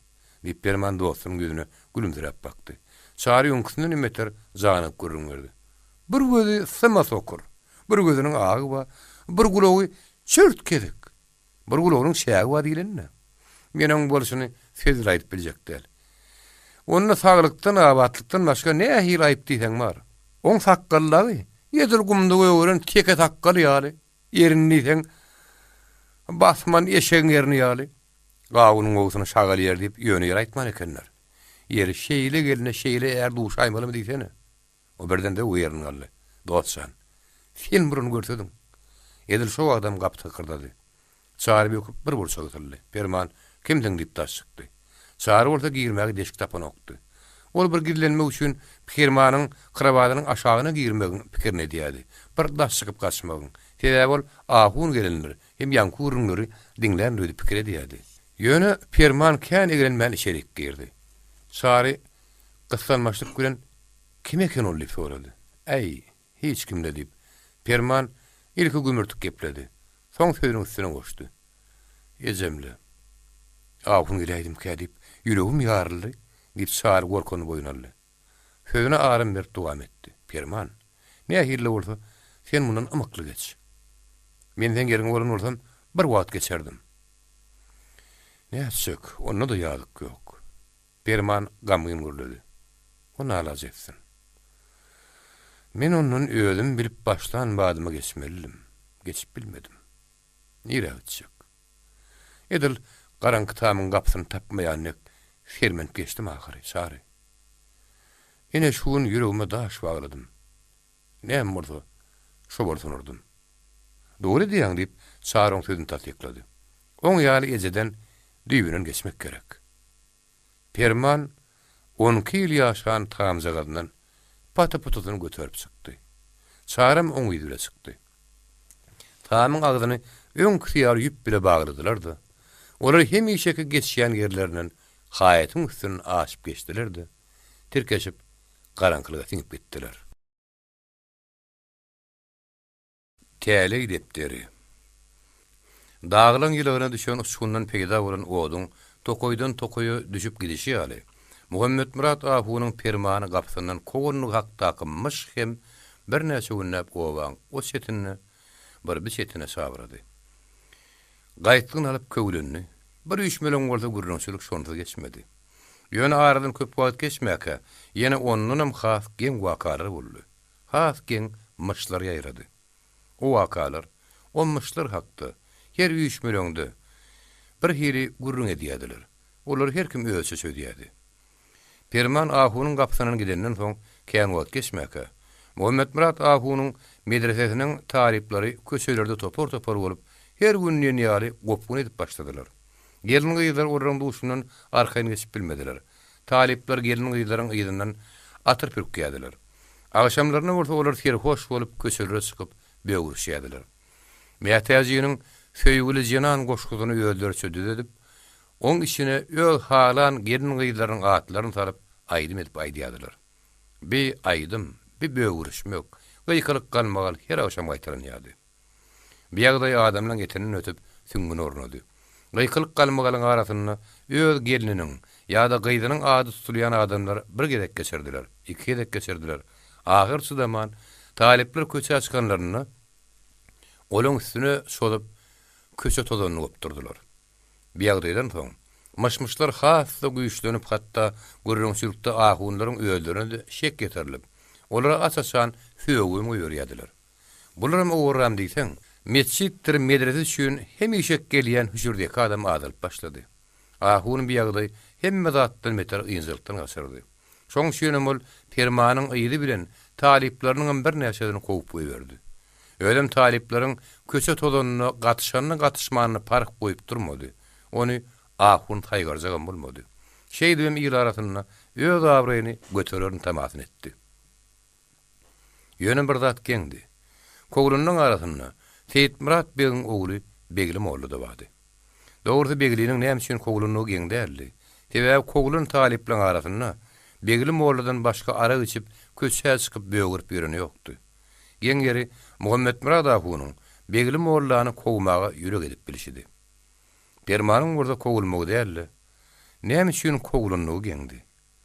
Arşynlar eminler Zahanyň aty-enesinden öňjüýlüje ýonuny gordy. Bu aktap gurrun iyilişini ýaýramady. Bu gurrunu perman bilen çaryňam ýaýratjak many ýokdy. Garag, o adamlaryna bir howa gurrun ederi, kelle döwrede tapyldy. Ene bugunum demirçiň ustanasy gurrunçylyk eden adamdan doludy.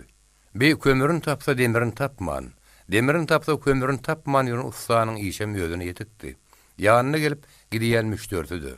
Dogry Seyit Murat we Arslan baýaly adamlaryň muňa işiniň düşüp geljek many ýokdy. Ýöne garip gasarlaryň birin bir urak diýetmäge gelýär, ýene biri pysak taplatmaga gelýär. Ýylçylyk şuň ýaly oňuň şok iş günne tapylyp durýar. Demirsem şolaň arkasyndan günni tekleýär. Ýöne sana gelýäniň köp söwelin wagtyny nähil geçirjegini bilmän, gurrunçylyk küýtäp ýören adamlar. Olar ýer-ýer ýygnanyşyp gün ortadan turýardylar. Giýjüýlen ýygnanyşyp ýyl ýatandan dargaýardylar. Olaň arasynda dürli häsiýetli adamlar görmek bolýardy. Iki gulogy düýbünden ýen ýaly gapylan niýaz berdi Kerem. Okap ahiram ýoğun urdurun diýilip medreseden kogulun täşli şortady. Owaň belli ýomokçy gozalarynyň baldy şapdy. Her günden ýaly şüýerdediler. Bulardan başga Murat Batyr ýarlarym biri her gün gelýärdiler. Bir sebäp bile şora gelmese bir ýerde gurrunçylygam uğur bolmazdy.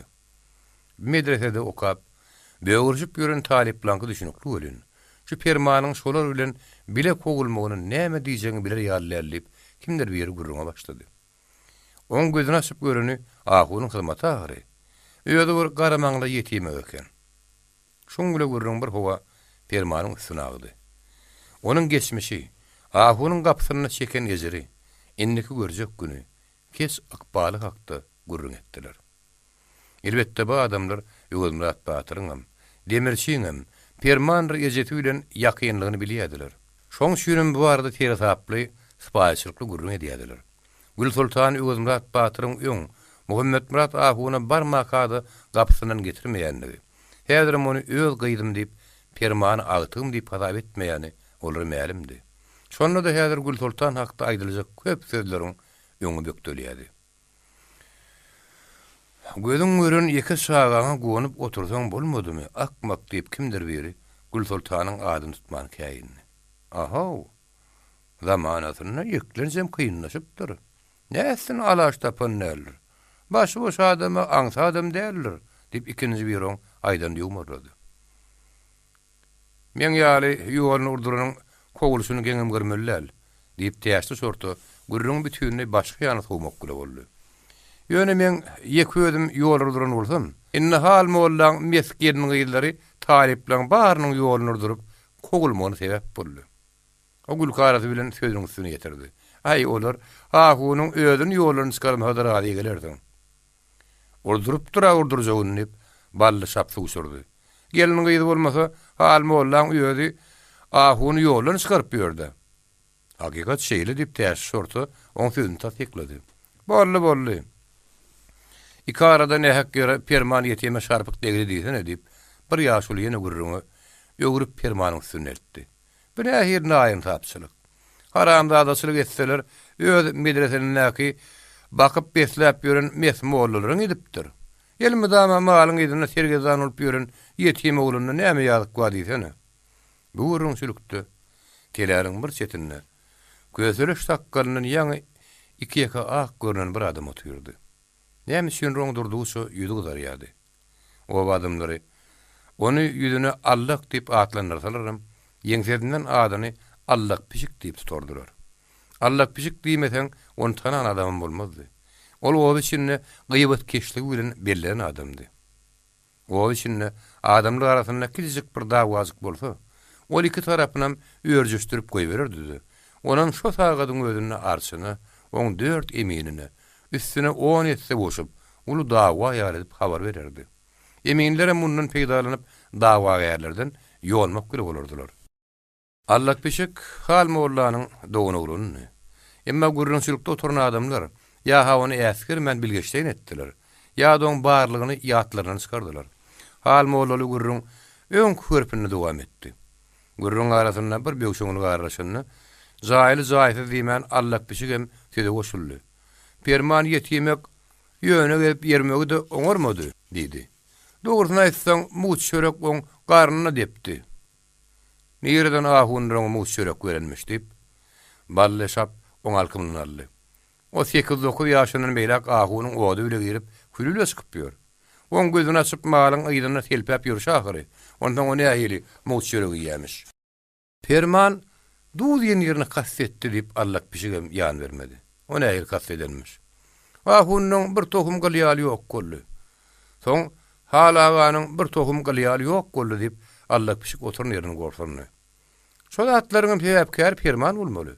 Ol ogurlar bilen aragatnaşyk saklap, o galýalary ogurlara ýöz çykaryp beripdir. Onuň ahun palatyp açyk täle depderini gürtdir. Ondan ol perman saklar biýişigine kop berdi. Ara bir salym ümsümli garlaşdy. Dogrudan permanyň ogurlar bilen gatnaşyk edenligi. Ahunyň täre depderini garap, muny bilinlik hakdaky myşda ýok derli. Belki şoň şüýündir. Allah pişigi gaýtaryp beren adam bolmady. Permana şeýleken ýeli bir begli topyň kogulmagy gatyň. Gylyjam öz gynyny kesýär eken o diýip ballaşap gurrun başga tarapa burdy. Ya ballaga seneme diýip täşli sortu ýaňsylygy seplenni. Bir yerde uğurluğum yok, täre edipdirim. Ora bilerek tostanyp ýöründe atlar. Permanyň beglim oğlanam näme kogulundygyny sebäbini gellemenen sorup. Ol adamlar has gyzykdyrjak bolýan ýaly sözüne dyny berdi. töweregine birlay nazar elap çykdy. Doğrudanam adamlaryň hemmesi oň agzyna ankaryp doňup bardy. Hatta gurruna goşulman, öýdi şöyle gümra bolup duran demirsi de başyny galdyryp täşliň ýüzüne teredip duruşyny çekijine sandalyň üstüne tırkyllatdy. Ahunyň hem gylýaly tanok hal mollaňam diýip täşli sortu gürläp başlady. Ogurlyk eden ýolmy üstüne geler uýular diýilişler ýaly.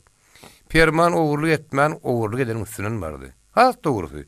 Ogurlyk edenler permanyň üstüne geldiler. Ýene onuň kowulmanyň sebäbi hiç kimden tedýün çykmaýady. Täşli sortu dowam etdi. Bir gelek ahun permany hal mollaň hyzmatyny berdi.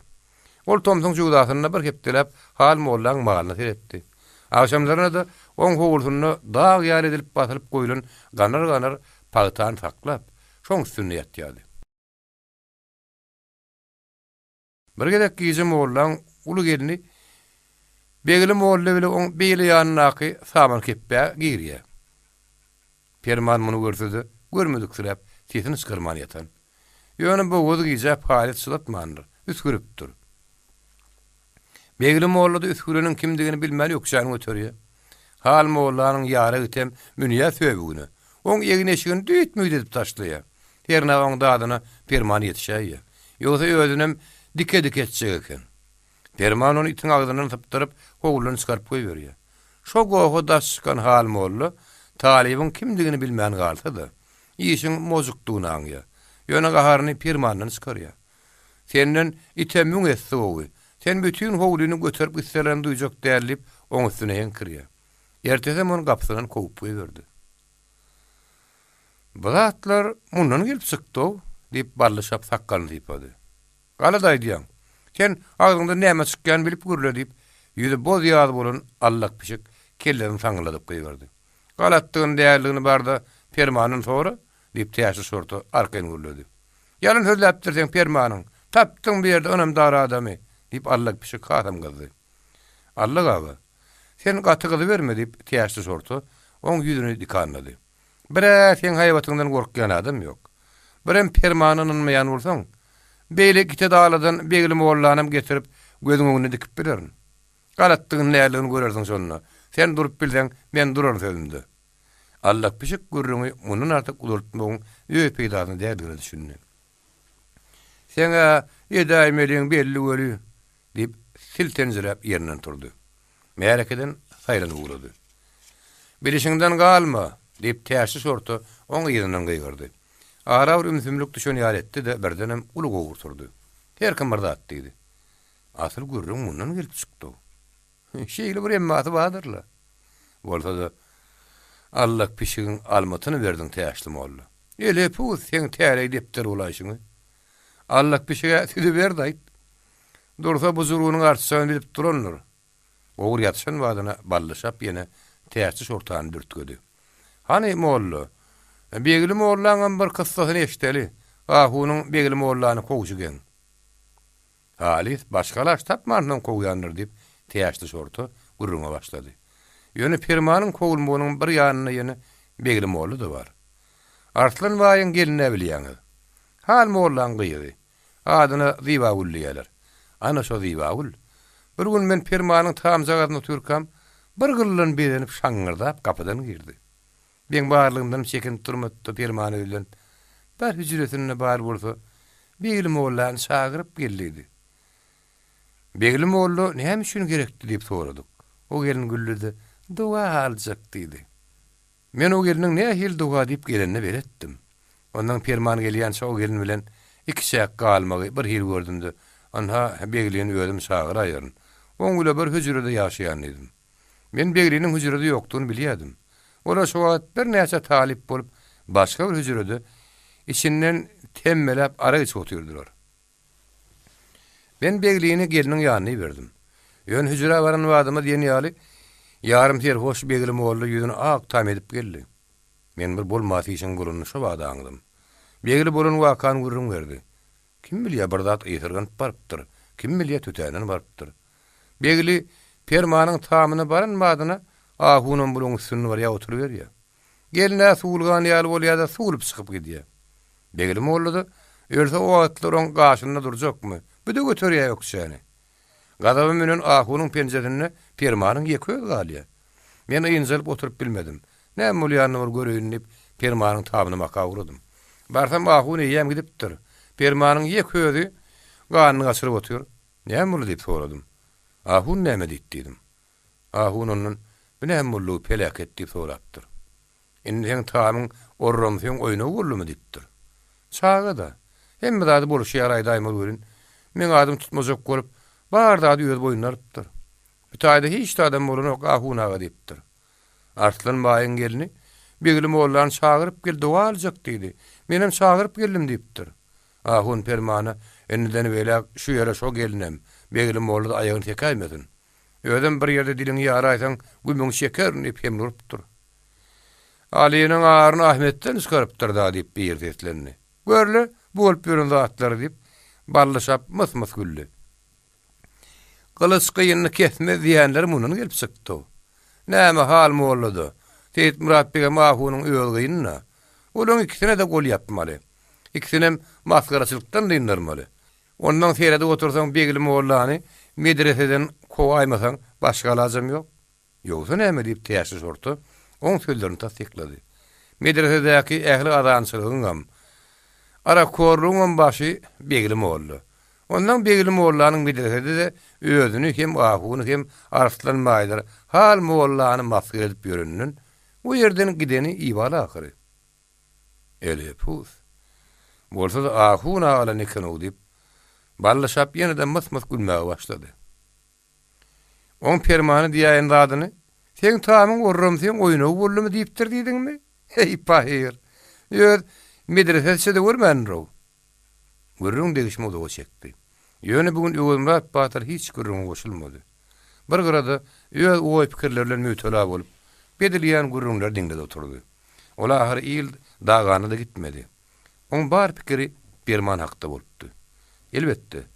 O gyýdanyň geçendiň permanam öz agytydy ütmezdi. Hatda onuň barlyk hakda da oýlanyp durmazdy. Permanam Öwelmurat Batyryň öz babasyň daşynan bilýärdi. Diňe bir näçe gezek ony daşynan görüpdi. Emma onuň golyna barmalylar. On bilen görüşmeliler diýen pikir kellerinde gelmäni. Bugünkü işmeleňde bolan gurrun. Öwelmurat Batyr birinji gezek perman hakda şunnakay goýulmagy mejbur etdi. Ýerrup ýerde galan ýetim ogluny newt hagyrdy. Onda ne ata bar, ne ýene bar. Ne hostar honlar bar. Kim oňa arka durur? Kim hostar çykar? Bir oňa hostar geçip bolsa, Öwelmurat Batyr oňa sen hostar etmeli. O telim gerek şo pikire ýöwürip geldi. Gaýdan sen ýüzüň ýere salyp gitdi. Ýöne bir ýerde o şagaň näme günäsi bar. Ondan ol ogluny enesinden bulut ýakyn ahyry. Sen hem Öwelmurat Batyr şondan başga şu dünýäde ýakyn hostaryň ýok. Öz günümi özüm tekleýän, görüniň gapysyna hyzmat edip minnetini çekemek diýmeseň, sen hem şonu ýetişikligin ýok. Sen hem şoň ýaly ýetim. Men ol oglanyjygy ýygyna aýtam nädirki? Hem ol ýylyň minnetinden dynar. Hem oň maňa himayaty ýeter. Inni bilenem kuwat gidip ýör Öwelmurat Batyr. Ahrul ýüregini bire baglady. Mereke dagap demirçi bilen ýeke garanlardan soň ussa. Şo perman şinler niredi? Ip guýagyň ýanyna gyzarata galyp, müni işeden ýaly ýoşa bir ýaňda torurdy. Demirçi onna bir ütköşükligiň bolandygyny aňyp ýüzüne çiňerli. Eşdişime görä çağır diýip bile mal bakyp ýören dosty barmyş. Häzir aş olurdy ýaly diýdi. Bu nämeden soradyň Batyr? Bir neme diýene ussa? Diýip Öwelmurat Batyr başyny takýadyny çykardy da oň bilen kellerini typalaşdyrdy. Men pikir edip oturýan welin enesinden ogluny hostar çykyp arka durun ýok. On başga da hostar ýok. On soň diýene ol ogluny ýygyna oturup bersek nähili gorka. Hiç ýerem bolmaz Batyr. Ýygnasaň ýygyna anadym bolardyň. Ul iş bitirdiň bolar. Bir ýyl gün bir hil görmezmi? Ýyl gün Öwelmurat Batyr iş bitiripdir diýer. Usta keskin görledi. Men muny saňa özüm aýdyp ýördüm Batyr. Ýöne sen nähili görjeňi bilmedim. Gaýta tersine tutorsun öttüm. Perman yığına bahtır. Ama senin başka dostları yok. Doğrula özümüm şeyle pikir ediyen. Onu men yığına ayınlayıp Özümrat Batır sözünü cemledi. Onun olsa seni şu gün Perman tap getir. Perman şu gün babasının ydira düşüp ilkiniz gedek on hovursunun kapısını girdi. Onun eneden bulununu eşitsedi. Keni de seni yekice gedegem görmedik mama uleci. Bu garaşılmadık şahatlığı kuş vurup uçacak kollu. Ağıtının daşını peratan kalktı. Batır, şuna onlara ayıpsın, deyip Özümrat Batır'a minnettarlık bildirdi. Lan hainli Perman canım hoşsarlı, bizim hoşsarlı olduk. Mama ul, şu günün şeylek Perman, edil bayın sağatyalı gelsin, deyip Özümrat Batır joş pürledi. Mama uleci Özümrat Batır'ın deyişi alem etti. Onu bir kemse geyinirdi. Emma garamadı balak, geteni köyünek, garamadı doğan geyip kadal şoğu olup gelmeye Permanın yüreği takat etmeyedi. Ol Mamadryň diş tırnak bolup azap baryn tiňdirip geydirin. Begine şigine ne gada bir toyda tomuda geyip çykarýady. Ýöne her nişikde bola Perman enne biriniň ardyly ýeke ulyar saklanýady. Şol maşmaşly gürrüňlerden soň Perman ahunyň gapysyny kowulyp babasynyň öýüne barandan soň bir ýyl gowrak wagt geçdi. Gurokluk gülgeşen ýadyň tomusy hem gowry epkek bolup tulap geçdi. Güýdüň çygyrekli ünler duýdanty gelip ýetdi. Güýdüň çygyrekli şemali hazan runy yapraklary paýhyn edip ýere düşürýärdi. Geçen nöwrüň içinde demirçiniň ustanasyny artyp kemiren dat bolmandy. Diň ustanyň öz ýüzünde bolşunda bir neme özgürüş bolan duýulýardy. Oň ýüzüniň gara urasy köpelip saly gowşany ýarly. Ewte agdyk görünýärdi. Göwüni çökkünlük, tukatlyk basmarlandyk bildirip durdy. Demirçiň ustanasyna gürrünçülüge gelýänlerde de üýtgeşen dat ýokdy. Şol bir gelýän adamlardy. Bir üýtgeşen dat şol täşli şorta bile bolan gürrüňden soň ustahanaň golöýünden hem geçmedik allak pişik gahar ýatyşyp, kinedik öňürjüp, soňky wagtlarda ýene bir ýere gelmäge başlapdy. Bugünkü üýşme gelen adamlar goýa bir ýah ýerine gelen ýaly gaty tukatdy, ýüller sarykdy. Gürrünçülügen beýle bir gyzy beren okdy. Diňe niyaz berdi, ker öýüdi guruna agdyna näme gelse gürläp otyrdy. Allak pişigem şerigatdan, kowahatdan bilikli adam bolan bolup onuň munyň gürrüň gozgan bolýardy. Allak pişigin takwasyran bolup, bilimdarsyran bolup oturşuna bally şapyň pirinde oturmadym näme golberden. Mene şerigatyňam bilemok, kowahatyňam allak beg diýip nafkadasyny tırkyllatdy. Öýdüýümde günüme goýsalar, arkaýyny ýaşadym men şerigatymam, şol kowahatymam. Dogry aýdýaň. Inni badam lan gulogdyň şolda şonun başgardygy ýok diýip, Özümrat Batyrym bally şapyň sözüni gollady. Emma bu gürrüňler allak pişige täsir etmedik gorly. Täşli şorto gapydan salam berip girýänçe, ol özüniň tak gotramasyny beretmedi. Täşli şorto geçip ornaşandan soň görün, ol lamjym ümsüm oturdy.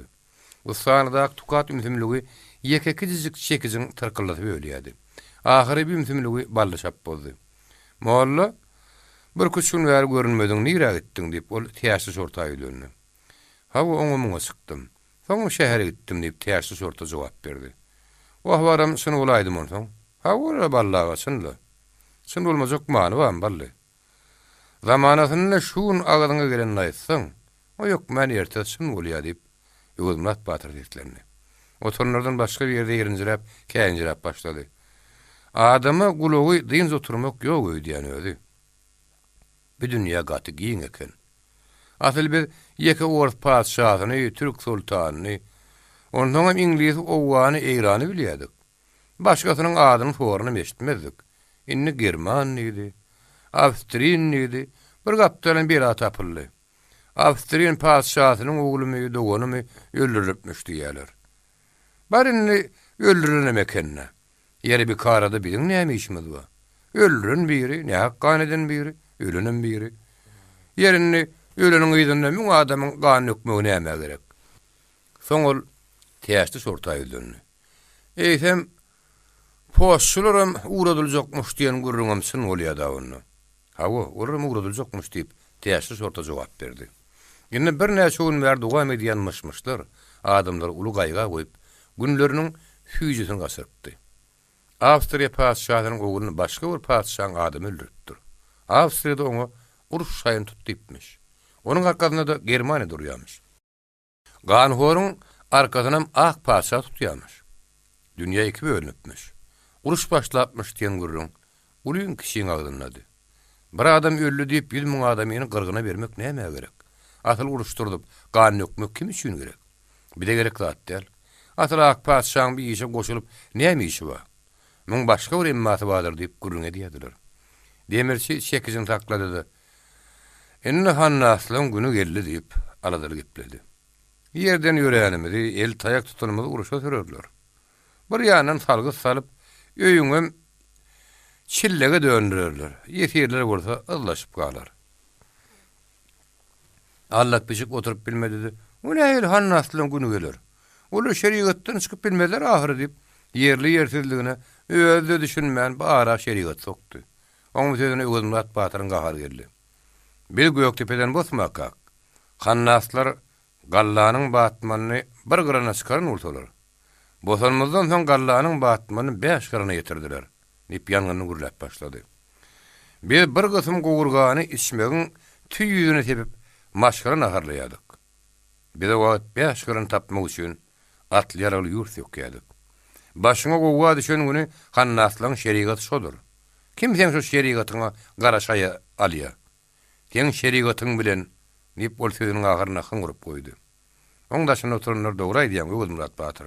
Hannaslaryň günü geldi diýip oň sözlerini tatýykladylar. Allah pişiň güzi çapa diýalygylardy. Ballaşap Öwürmurat Batyryň aýdamlaryny az görýän ýaly Hannaslaryň garny ýagjarmasa, şeriat süleňem tüýdi gurar ahir şeýledem täşlim boldy diýip suwşurdy. Diýip täşli sortu zanhyrak hä berdi de bir azajyk böwründen näme oturunan soň gurrunyň ýerine getirdi. Siz onu ýaňyz? Wallahy. Asal ahunlaryňam wallahy aglam diýip Allahyň adynyň pitwa berip oturanda atlarynyň bardy şoňa tymsal bir zatdyr. Ona maýtsaň ýolnurdyryň bolýasyň. Allah pişik çiýip barmaşa.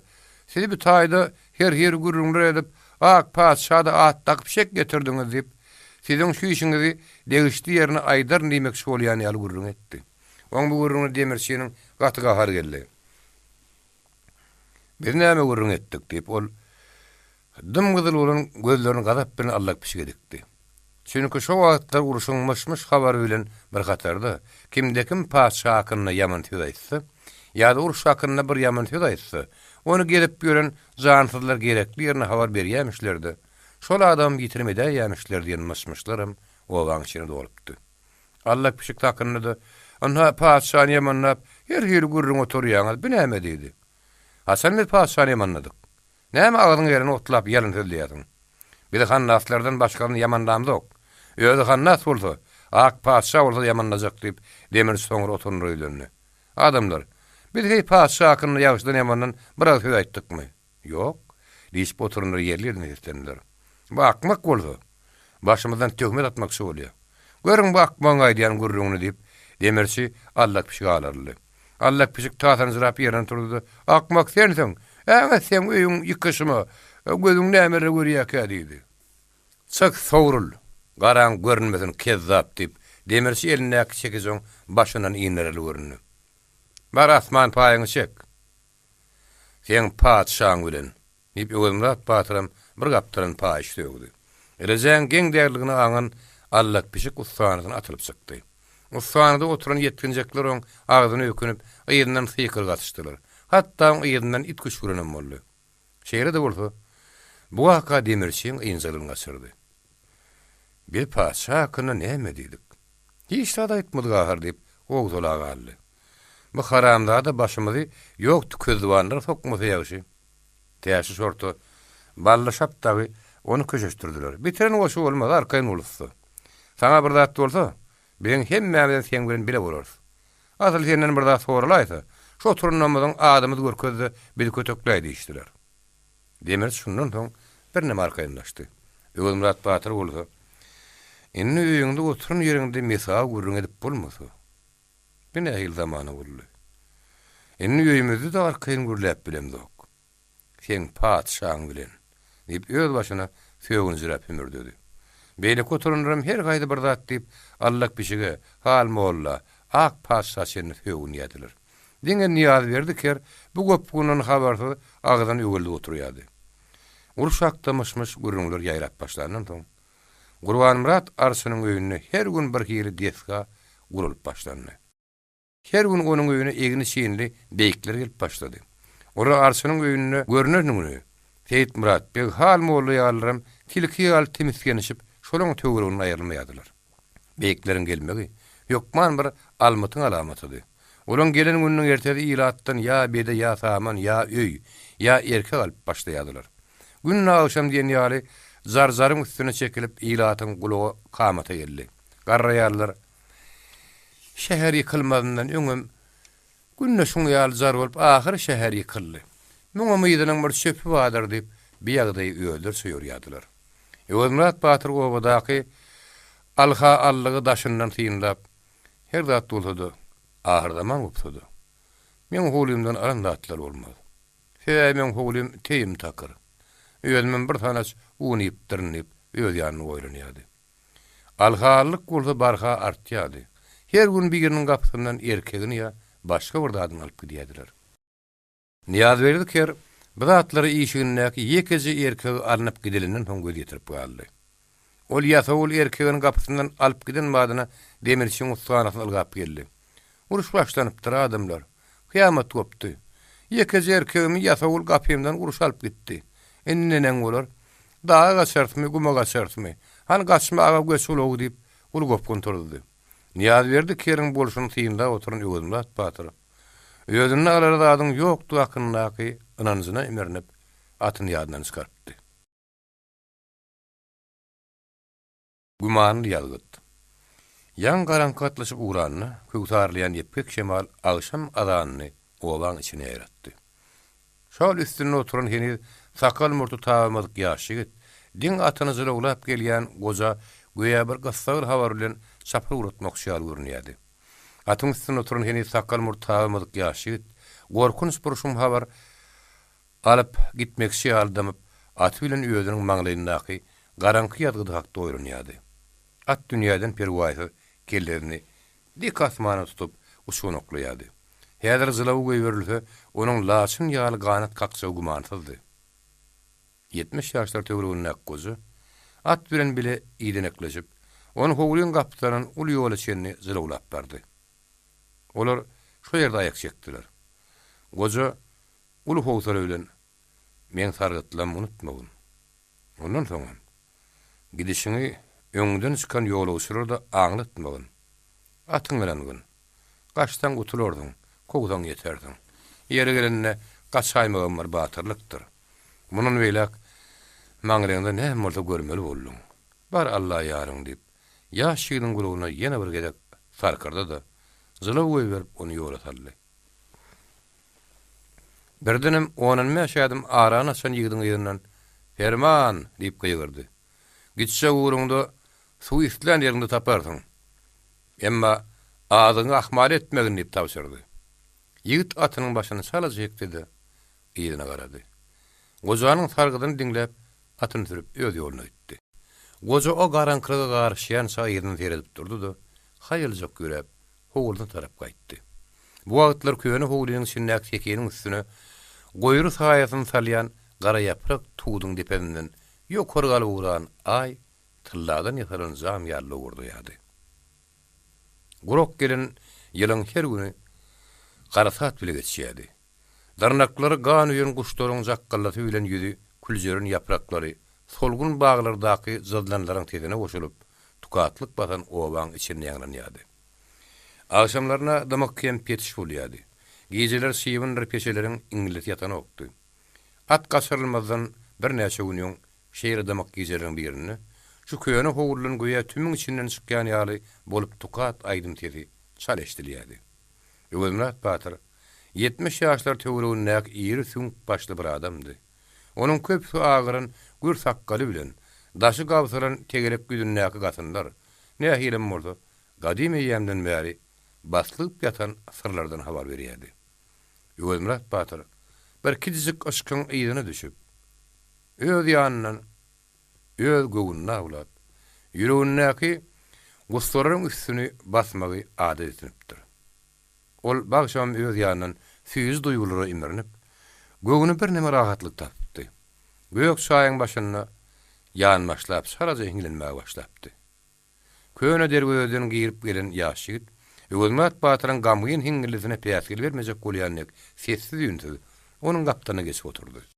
Ol Ýöwelmurat Batyryň aýdymyna gulak atyp oturan ýaly görüntüdi. Ona näme hiledir bir galawaplyň, howsalaly tukatlygyň bardygy bildirýärdi. Ýöwelmurat Batyr hiňlenmesini birden kesdi. Perman geldiňmi diýip ýetkinji habar gatdy. Oň ýüzüne ýiti seretdi. Oň kalbyndaky bir rahatlyk duýan nek sora berdi. Näme beýle tukatdy görünýär? Perman hemişe de babasynyň ýanyna wagtyny dymyp geçirýärdi.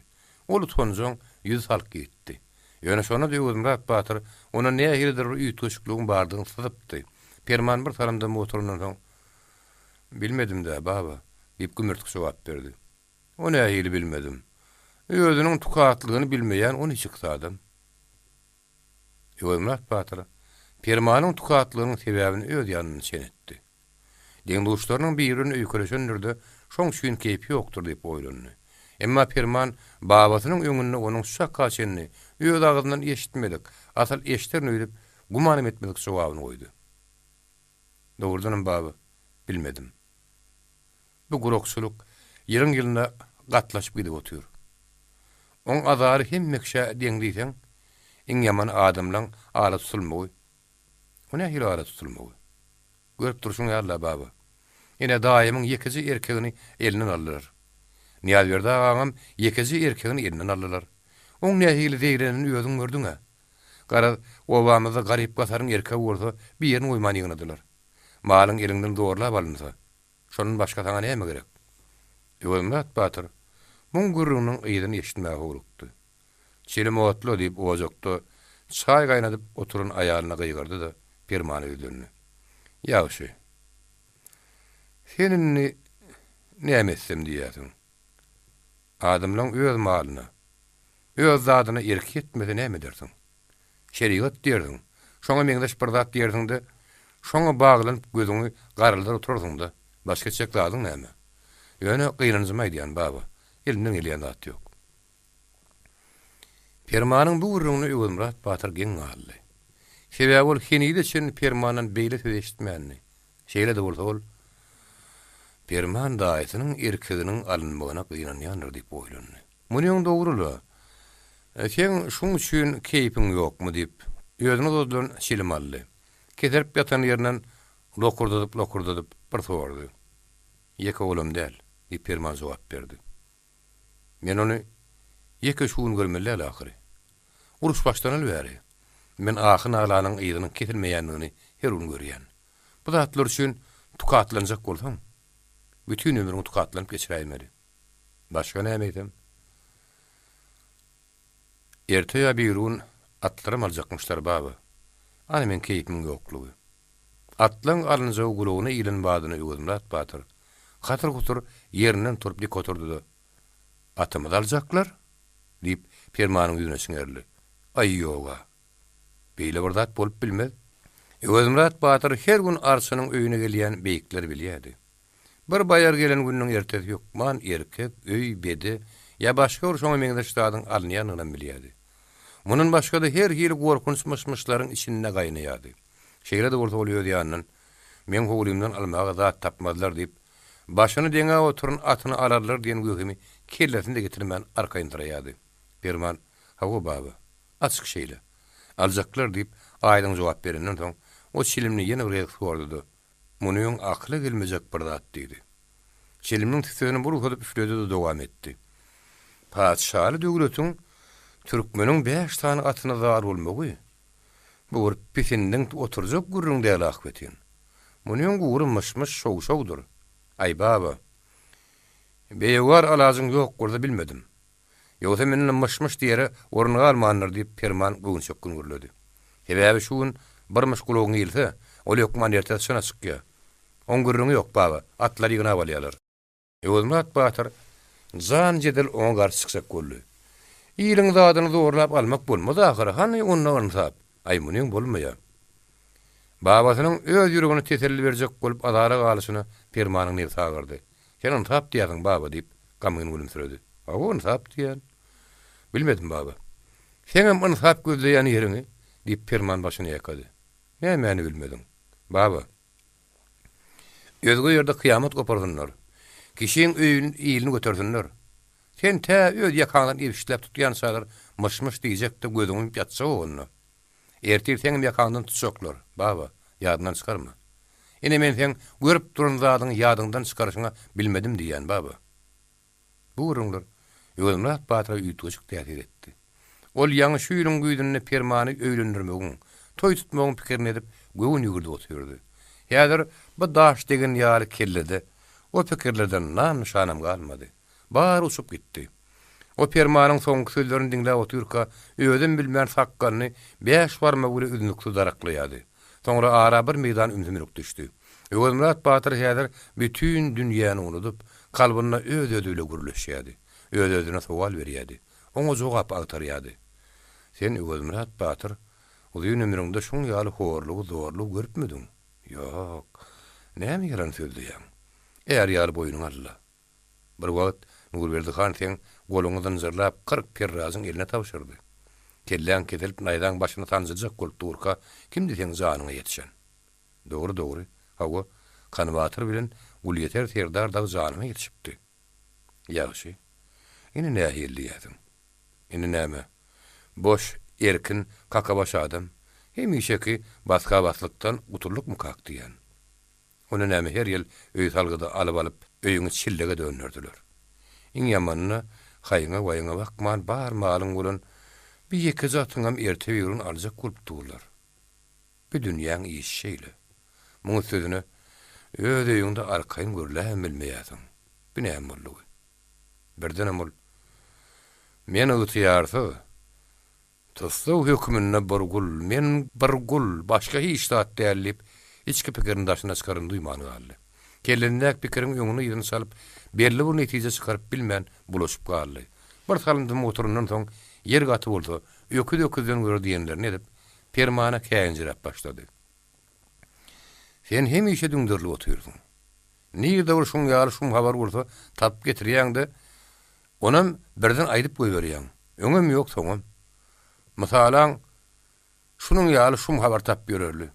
Baba ýyly horlayan mennel, o ne diýen ak paşa, on bayarlary, arçynlar, hanlar. Sen bolsaň maňa käýin ýadyň. Bir karada menden ne güne bar ahir diýip, Permanyň ýüreginden sızdyryp aýdan sözleri Ýolmaz Batyra agyr täsir etdi. Oleň öň pikiriniň üstüne Permanyň göwüne degenlerini oýlandy. Şondan soň ümidimde oturdy. Ara şunu ümidimlik ýetdi çekdi. Ýolmaz Batyr öňüne getirilen şäýnekleriň birini Permanyň öňüne süýşürip, birinem öýde agdaryp içmäge başlady. O birden uludan demin aldy. Sen onu sen muny hak gözünden eşitipsiň de. Akyl sen muny nirden eşitdiň diýip mulaýymlyk bilen sorady. Öz ýanyň Permanyň göwüne degenlerini ananany şüýün. Oň anzan göwüni almak üçin gülümsirdi. Hawa hak gözünden ýene Permany azyk ýaýdan şuýlanýar boldy. Ol şäýleň gapagyny şakyrdatdy da has anamly dowam etdi. Hawa edil hak gözünden eşitdim. Seyit Murat Bey bilen hal mollu. Arşyň öýüne oturka. Şolaň agzyndan çykan urun. Urwan Murat arşynyň mürdesi ýokordan ýerini buýrup okap beripdir. Onda bu urunlar Seyit Murat Bey hal mollu. Urwan Murat arşyň üstüniň arasynda bolan gurrunda diýip Ýolmaz Batyr tasdiklamakçy boldy. Ýeke üçtemden arşynyň eminleriniň hemmesi bar eken. Ondan diýip Perman sagynyp galdy. Gurunun ýygyny aýtsak dadyny diline aýlamady. Oň ýüregini çiýşiren ýetap adam şody. Ýödüniň jikmejik eşden bu habaryny babasyna aýtmak kynlaşdy. Ondan bir da sebäpli sözüne dyny gören aňan Ýolmaz Batyr aýdyny eşitmäge bolupdy. Ýeri on soňam. Soňuna hem bolupdyr diýip Perman ysady. Perman eşden dadyny bolşy ýaly gurrun görmäge başlady. Soň Seyit Murat Bey atlaryň tohumyny tüketmedik gerek diýipdir. Biziň atymyzy, şäherdiň atyny, Ene de şuru ýar atlatlary baýarlar ýygyna barandan soň pul güýji bilen ulardan dile bolmak maslahat etdirler. Bilen atamadan hyrydar köperipdir. Bir ýerden Seyit Murat beg, ýene bir ýerden Hal Molla, ol ata menden başga adam eýe görüp bilmez diýenmiş. Ene baba, şeýle gurumlarym bolupdyr diýip Perman soňky jümleden aýdyrtyn nytab etdi. Meňe aňym satýan näler. Bizim gapymyzda durun atymyzy olar nähil eýe çykyp bilerler diýip Ýöwürmurat Batyr oýa batdy. Atym gidäýse atylýan toplum arasynda titräp ýüregi ýarlar. Birden ok deger diýip pikir etdi.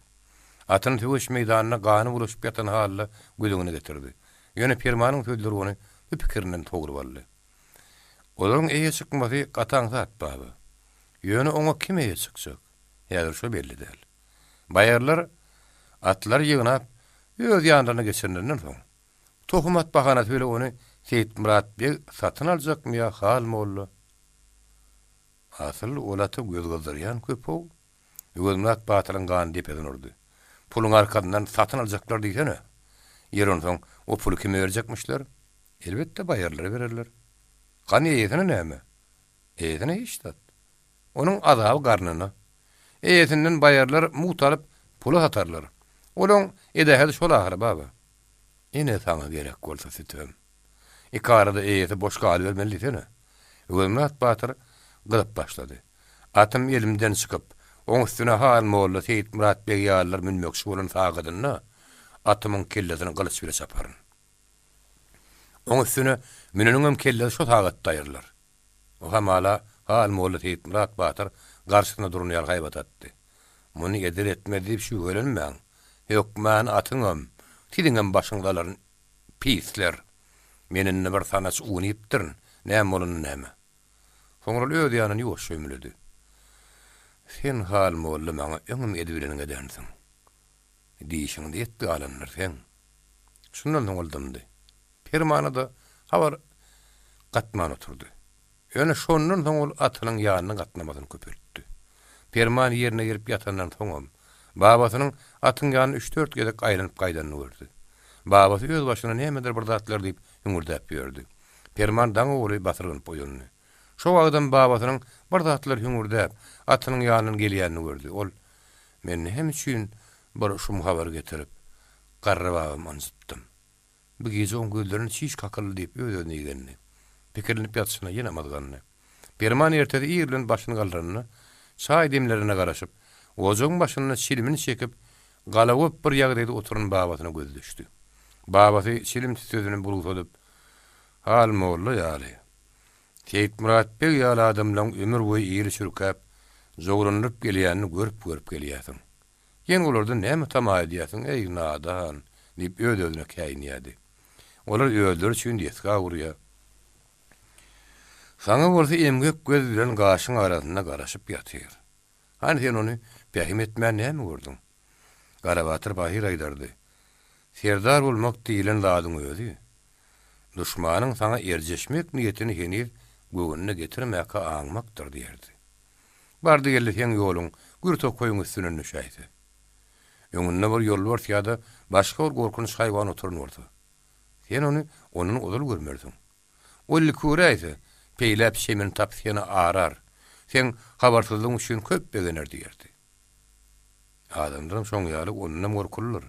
Şu gün kimdir bir bilen ýürekdeş dost bolsaň, şu günkü dostlugyň ýene ýedilen puza çykyp, saňa o dostyň deper ýetirjek bolsa, şonam 7 ýyl öňünden aňlady. Wagty gelende onuň oýrum geçme oňar diýerdi.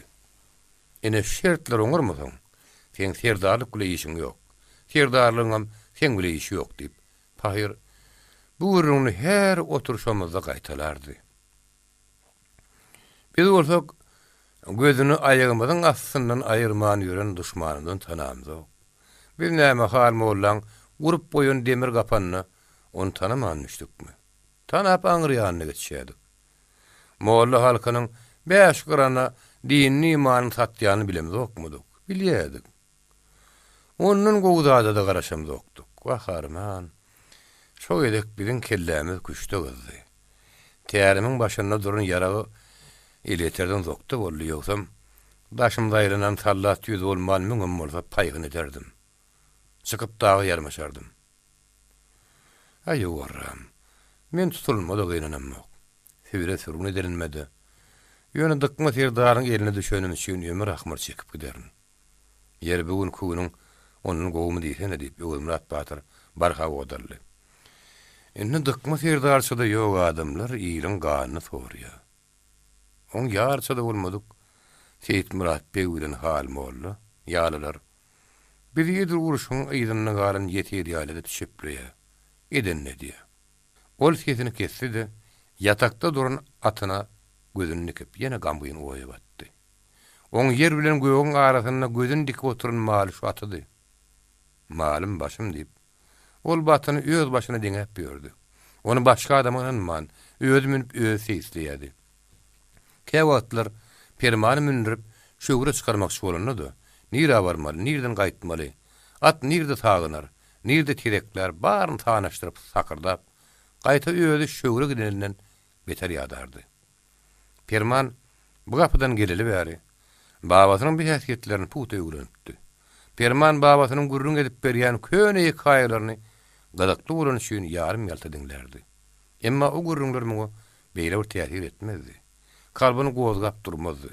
Ýöne bu gezek öz sebäpli babasynyň şeýle howsalaly ýagdaýa düşmegi, onuň ýüreginden çykaryp aýdan sözleri Permana üýtüjük täsir etdi. On kellesinde pikir üstüne pikir döretdi.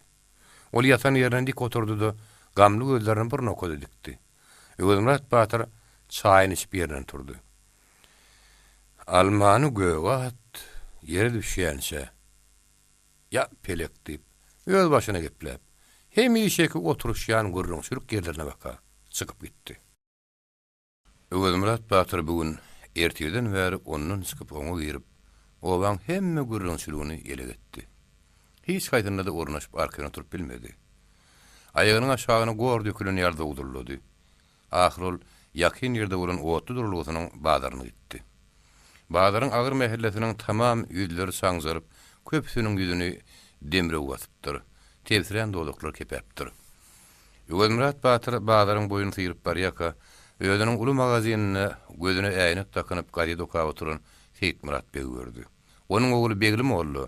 Özüniň söwdasy bilen gara başyna gaýdy. Munyň aňryk geçip uran ýerine öz magazinyny, özü ýarlar daşyny öýşürip, lah gülüp oturan hal molla göz düşdi. Ömürat Batyr olar gören madyna Permanyň giýje kaýdan gurrunlar ýadyna düşdi. Atynyň alınjakmış derdi has güýçlenip gahar geldi. Ýöneçini salyp aňryk geçip gitdi. Dürri desgarlar bilen bedelen çaýhanlary birin aýranyp çykdy. Zamanatyna täze çykan zat diýilip ışk edilip diňlenýän maşin bagşynyň owady çaýhanany göçürür getirýärdi. Ýöne onuň sesi Ömürat Batyryň gulagyna da ýilmeýärdi. Ol ahyry bir çaýhanada özüne oturuşmagy gurrundy tapyp bir çaýnak çaý içdi. Adamlaryň her gaýdynyň öz zeýrenişli gurrunlary bilen mütela boluşlary ýaly.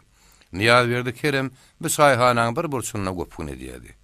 Ol uruşyň turuny gapsynaky ýekezi erkek alnandan soň bilip galypdyr. Daşynaklaryň Niýaz dagy uruşyň başlanyna bir ýyla ýakyn boldy diýip gyýgyrýanlyklaryny eşitmäni öz uruna. Uruş turupdyr, kıyamet gopupdyr. Indi dağa gasartmy, gumaga gasartmy diýip gowur edýärdi. İki sözüniň arasynda da ýekezi erkegime mallylar diýip deýrenýärdi. Çaýhanaň içi şuňa meňdeş deýrenişli gowur bilen gulap durdy. Umytly hoş habardan başga ne hil deýreniş diýdiň üstüne gatlaşyp, Ömürat Batyryň gulagy kamaty geldi. Onuň gurrunda şuran adamlaryň hemmetem alınjakmış sesi ýaýran bolsa, ol hökmançyny gurar diýip tasdikladylar. Ömürat Batyr hiç şeýle umytly habar gulagyna degmän, öýlen howulsyna gaýdyp geldi. Ol bazarda gelip ýörkä hem çaýhanada adamlarla gurrunda şolanydy. Öýlen ýygyna gaýdyp gelýärkädi.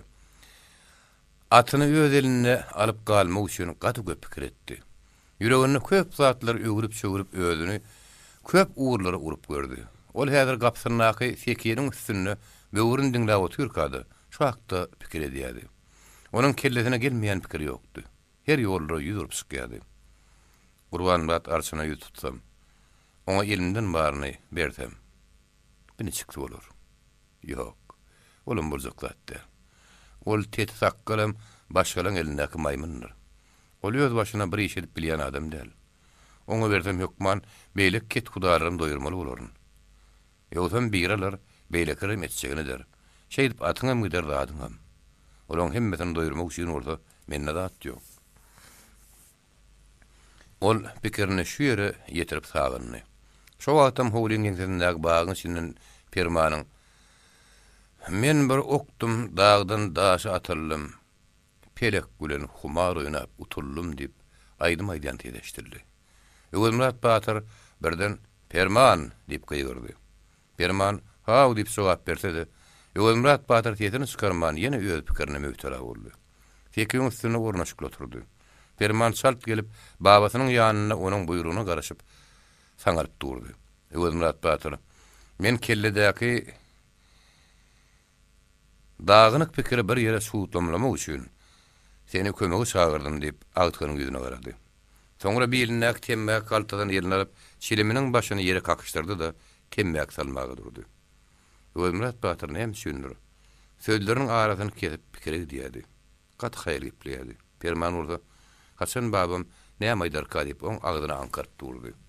Öwelmurat Batyr çiliminiň başyna ozakdan odaryp goýdy. Gaýdyp ýene ýerine ornaşyp oturdy. Çilimini sordu. Eger bir amatly alaş tapmasak at elden geçecek. Bir ýol tapmak gerek diýdi. Hawa näme de bolsa bir alaş tapmak gerek diýip Perman geçip babasynyň ýanyna oturdy. O babasy bir uğur tapanyny öýtdi. Onuň näme diýjegini eşitmäge ýetdi. Emma Öwelmurat Batyr gyssanmady. Şol arada magazynyna göçgünni tögüdä bilen başaga bolup duran Beglim oğullanyň keşbi gödegine geldi. Birdenem Permanyň garaşmadyk sowalyny berdi. Sen Seyit Murat Begim oğlu Beglim oğlu bilen nähil tanyşyp, nähil dost boldun? Asyl seniň nämesin gowurdyň? Perman bu garaşylmadyk sowala aňtan kuldy. Babam bu orunsyz sowal näme üçin berýär diýip boýlandy. Menmi diýip sagyndy. Dağı kim bolsun? Meňe Seyit Murat Begim oğlu bilen köpürde galtaşan ýerim ýok, ondan sen bolarsyň da. Babasynyň bu sözlerinden soň Perman çynnaky goýa batdy. Nähil jogap berjek diýakda pikirlerini. Bir wagtdaky wakalary babasynyň bilýäninden.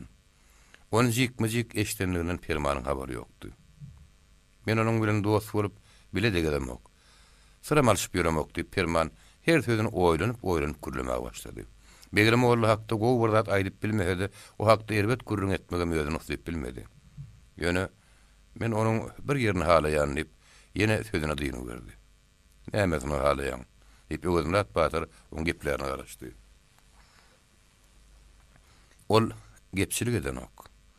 Bir ýerde bolan gürrüňi baryp gürrüň edilen adam aýdyp oň ýüregini çiğişirmeýär. Men onu şäherçi üçin gowurýan. Perman bu gürrüňleri öz ýüregine hiç şeýle garalyp bolmadan aýdyp durdy. Ýogsa ol Beglim oğullanyň häsiýetini düýbünden bilmeýärdi.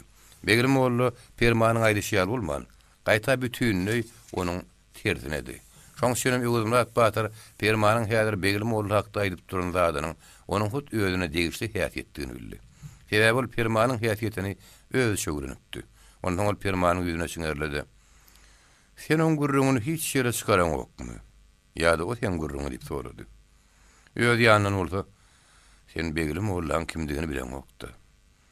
Onu atasynyňkydan hem o nesle beter bir häsiýetler bolmaly diýip oýlandy. Ol diýip Perman dymdy. Pähey oňordyň o diýip Öwelmurat Batyr agtynyň sözüne güldü. Senden näme gizlin gürrüň bolup biljek diýip ýene oň ýüzüne çiňerli. Perman öz ýanyndan 2 ýyl mundan öň bolup geçen gürrüňlerden babamyň habary ýokdur. Eger habar bar bolsa eýem menden sorar diýip pikir etdi. Adu köp bolýa bolmandyrmaýa diýip öň sözüň üstüne durdy. Näme üçin Öwelmurat Batyryň gahary gelip gyzyp başlady. Men näme dünýä düşünmeýändir diýämiň. Menem boljagyny bilýän, bolar ol. Emma ýaşsyzyk şagalaryň öz ýarlar bilen seni men edişip tutduşondan soň, olaň öýlerine jan pena gözläp, demir galaty bolan atenetiniň ýanyna gaçyp atmagy arzu edişýärli. 14 ýaşy dolurun bir ýaş ýygynyň hem öýüne laýykly bir arzu bolýar. Ýöne çağılık gürrüňleriň kime gerek we? Gaýsy meýilse şonu gürrüň ederler diýen. Sen näýsem çağan arzu bolan atene däl. Şol wagt degerli hoslarym bolmany. Perman babasynyň öz başynyň geçiren agyr günlerinden, her wakalaryndan habarlydygyny aňyr hem ýüzgürdi. Hawa baba, gatylykda ýönüp, gatylykda össüm diýdi. Ýagşy. Takır ýerden ne hili gurrun öndürüp bolýar diýeň diýip özüne Batyr sözüne diýeni berdi. Permanyň jogap bolman soň ýene ýöz dowam etdi. Emma ýyl takır ýerdenim gep döretdi. Yumruk ýarlygyndan sen ogul etdiler. Başga ýerli muzabatlar yapdylar. Dillen dile düşüp ýylyň içine doldum. Ahyryna ýaş başyndan kowulup göçe taşlandyň. Barara gapyňam galmady.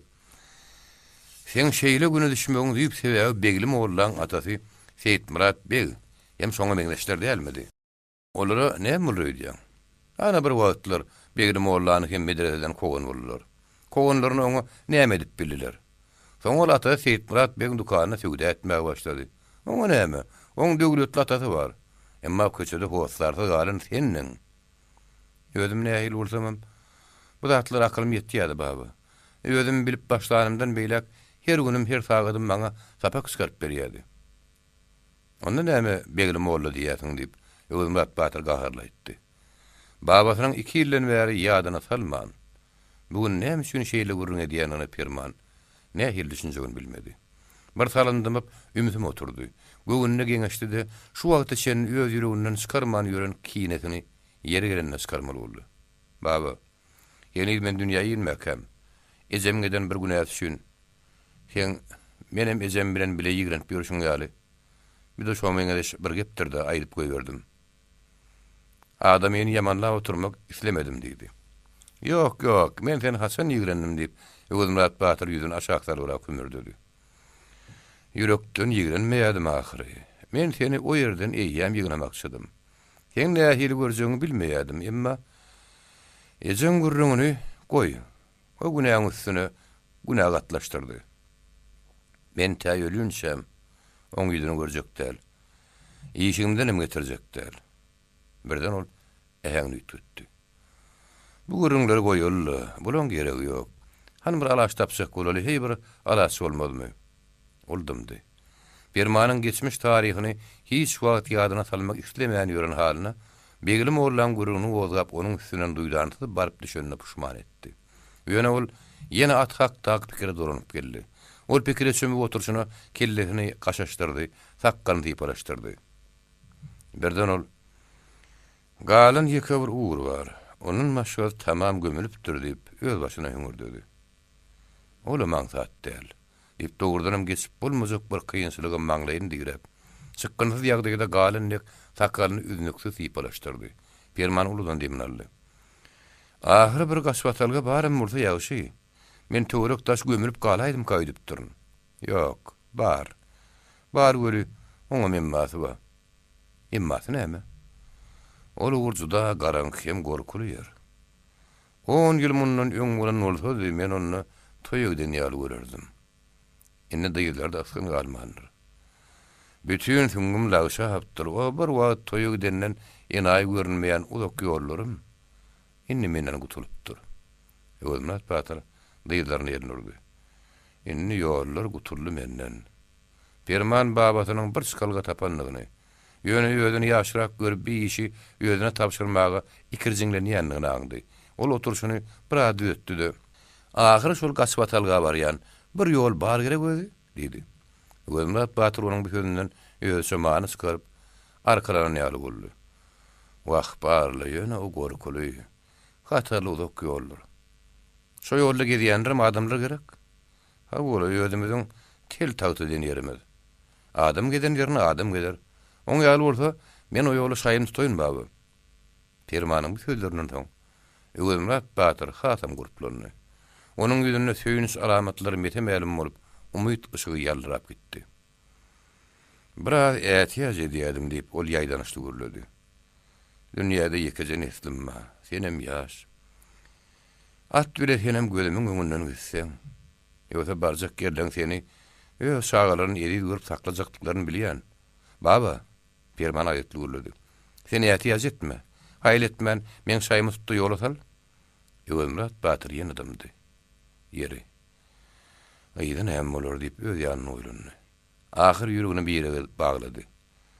Bolýa sen ýoly düş, öňünüm görberersiz diýip Pirmana nähil gitmeliligini düşünüp başlady. Şowadan çykyp Pirmanyň tä agarky barjak ýerine çenli sapak çykaryp berdi. Ilki Planowa bararsyň, soň Planowa bararsyň, soň ýene Planowa bararsyň diýip oň ýoluny obalar atma sanaşdyrýar.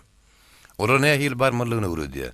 Ýoluň satyryk kem tirzek ýerlerine çenli, hatda daglaryň içinde beldirek daşlaryň nirede hem nähil ýatanyna çenli salyp berýär. Daglaryň usutlarynyň nirededigini, ondan soň ýoluň nirede bolýanlygyny, daglara nähil minip nähil düşmelligine çenli düşünýär. Onuň bu zatlar edil öz ýeli bilen goýun ýar edip görünberçine Pirman gen galýady. Haýso we sogulmullugyny, haýs tarapdan girip kimiň öýüni soramullugyny, mihman boljak öýüniň eýetine näme aýtmalygyny birin düşünürdi. Olar saňa hezet ederler, soňam ýola salyp goýberler diýdi.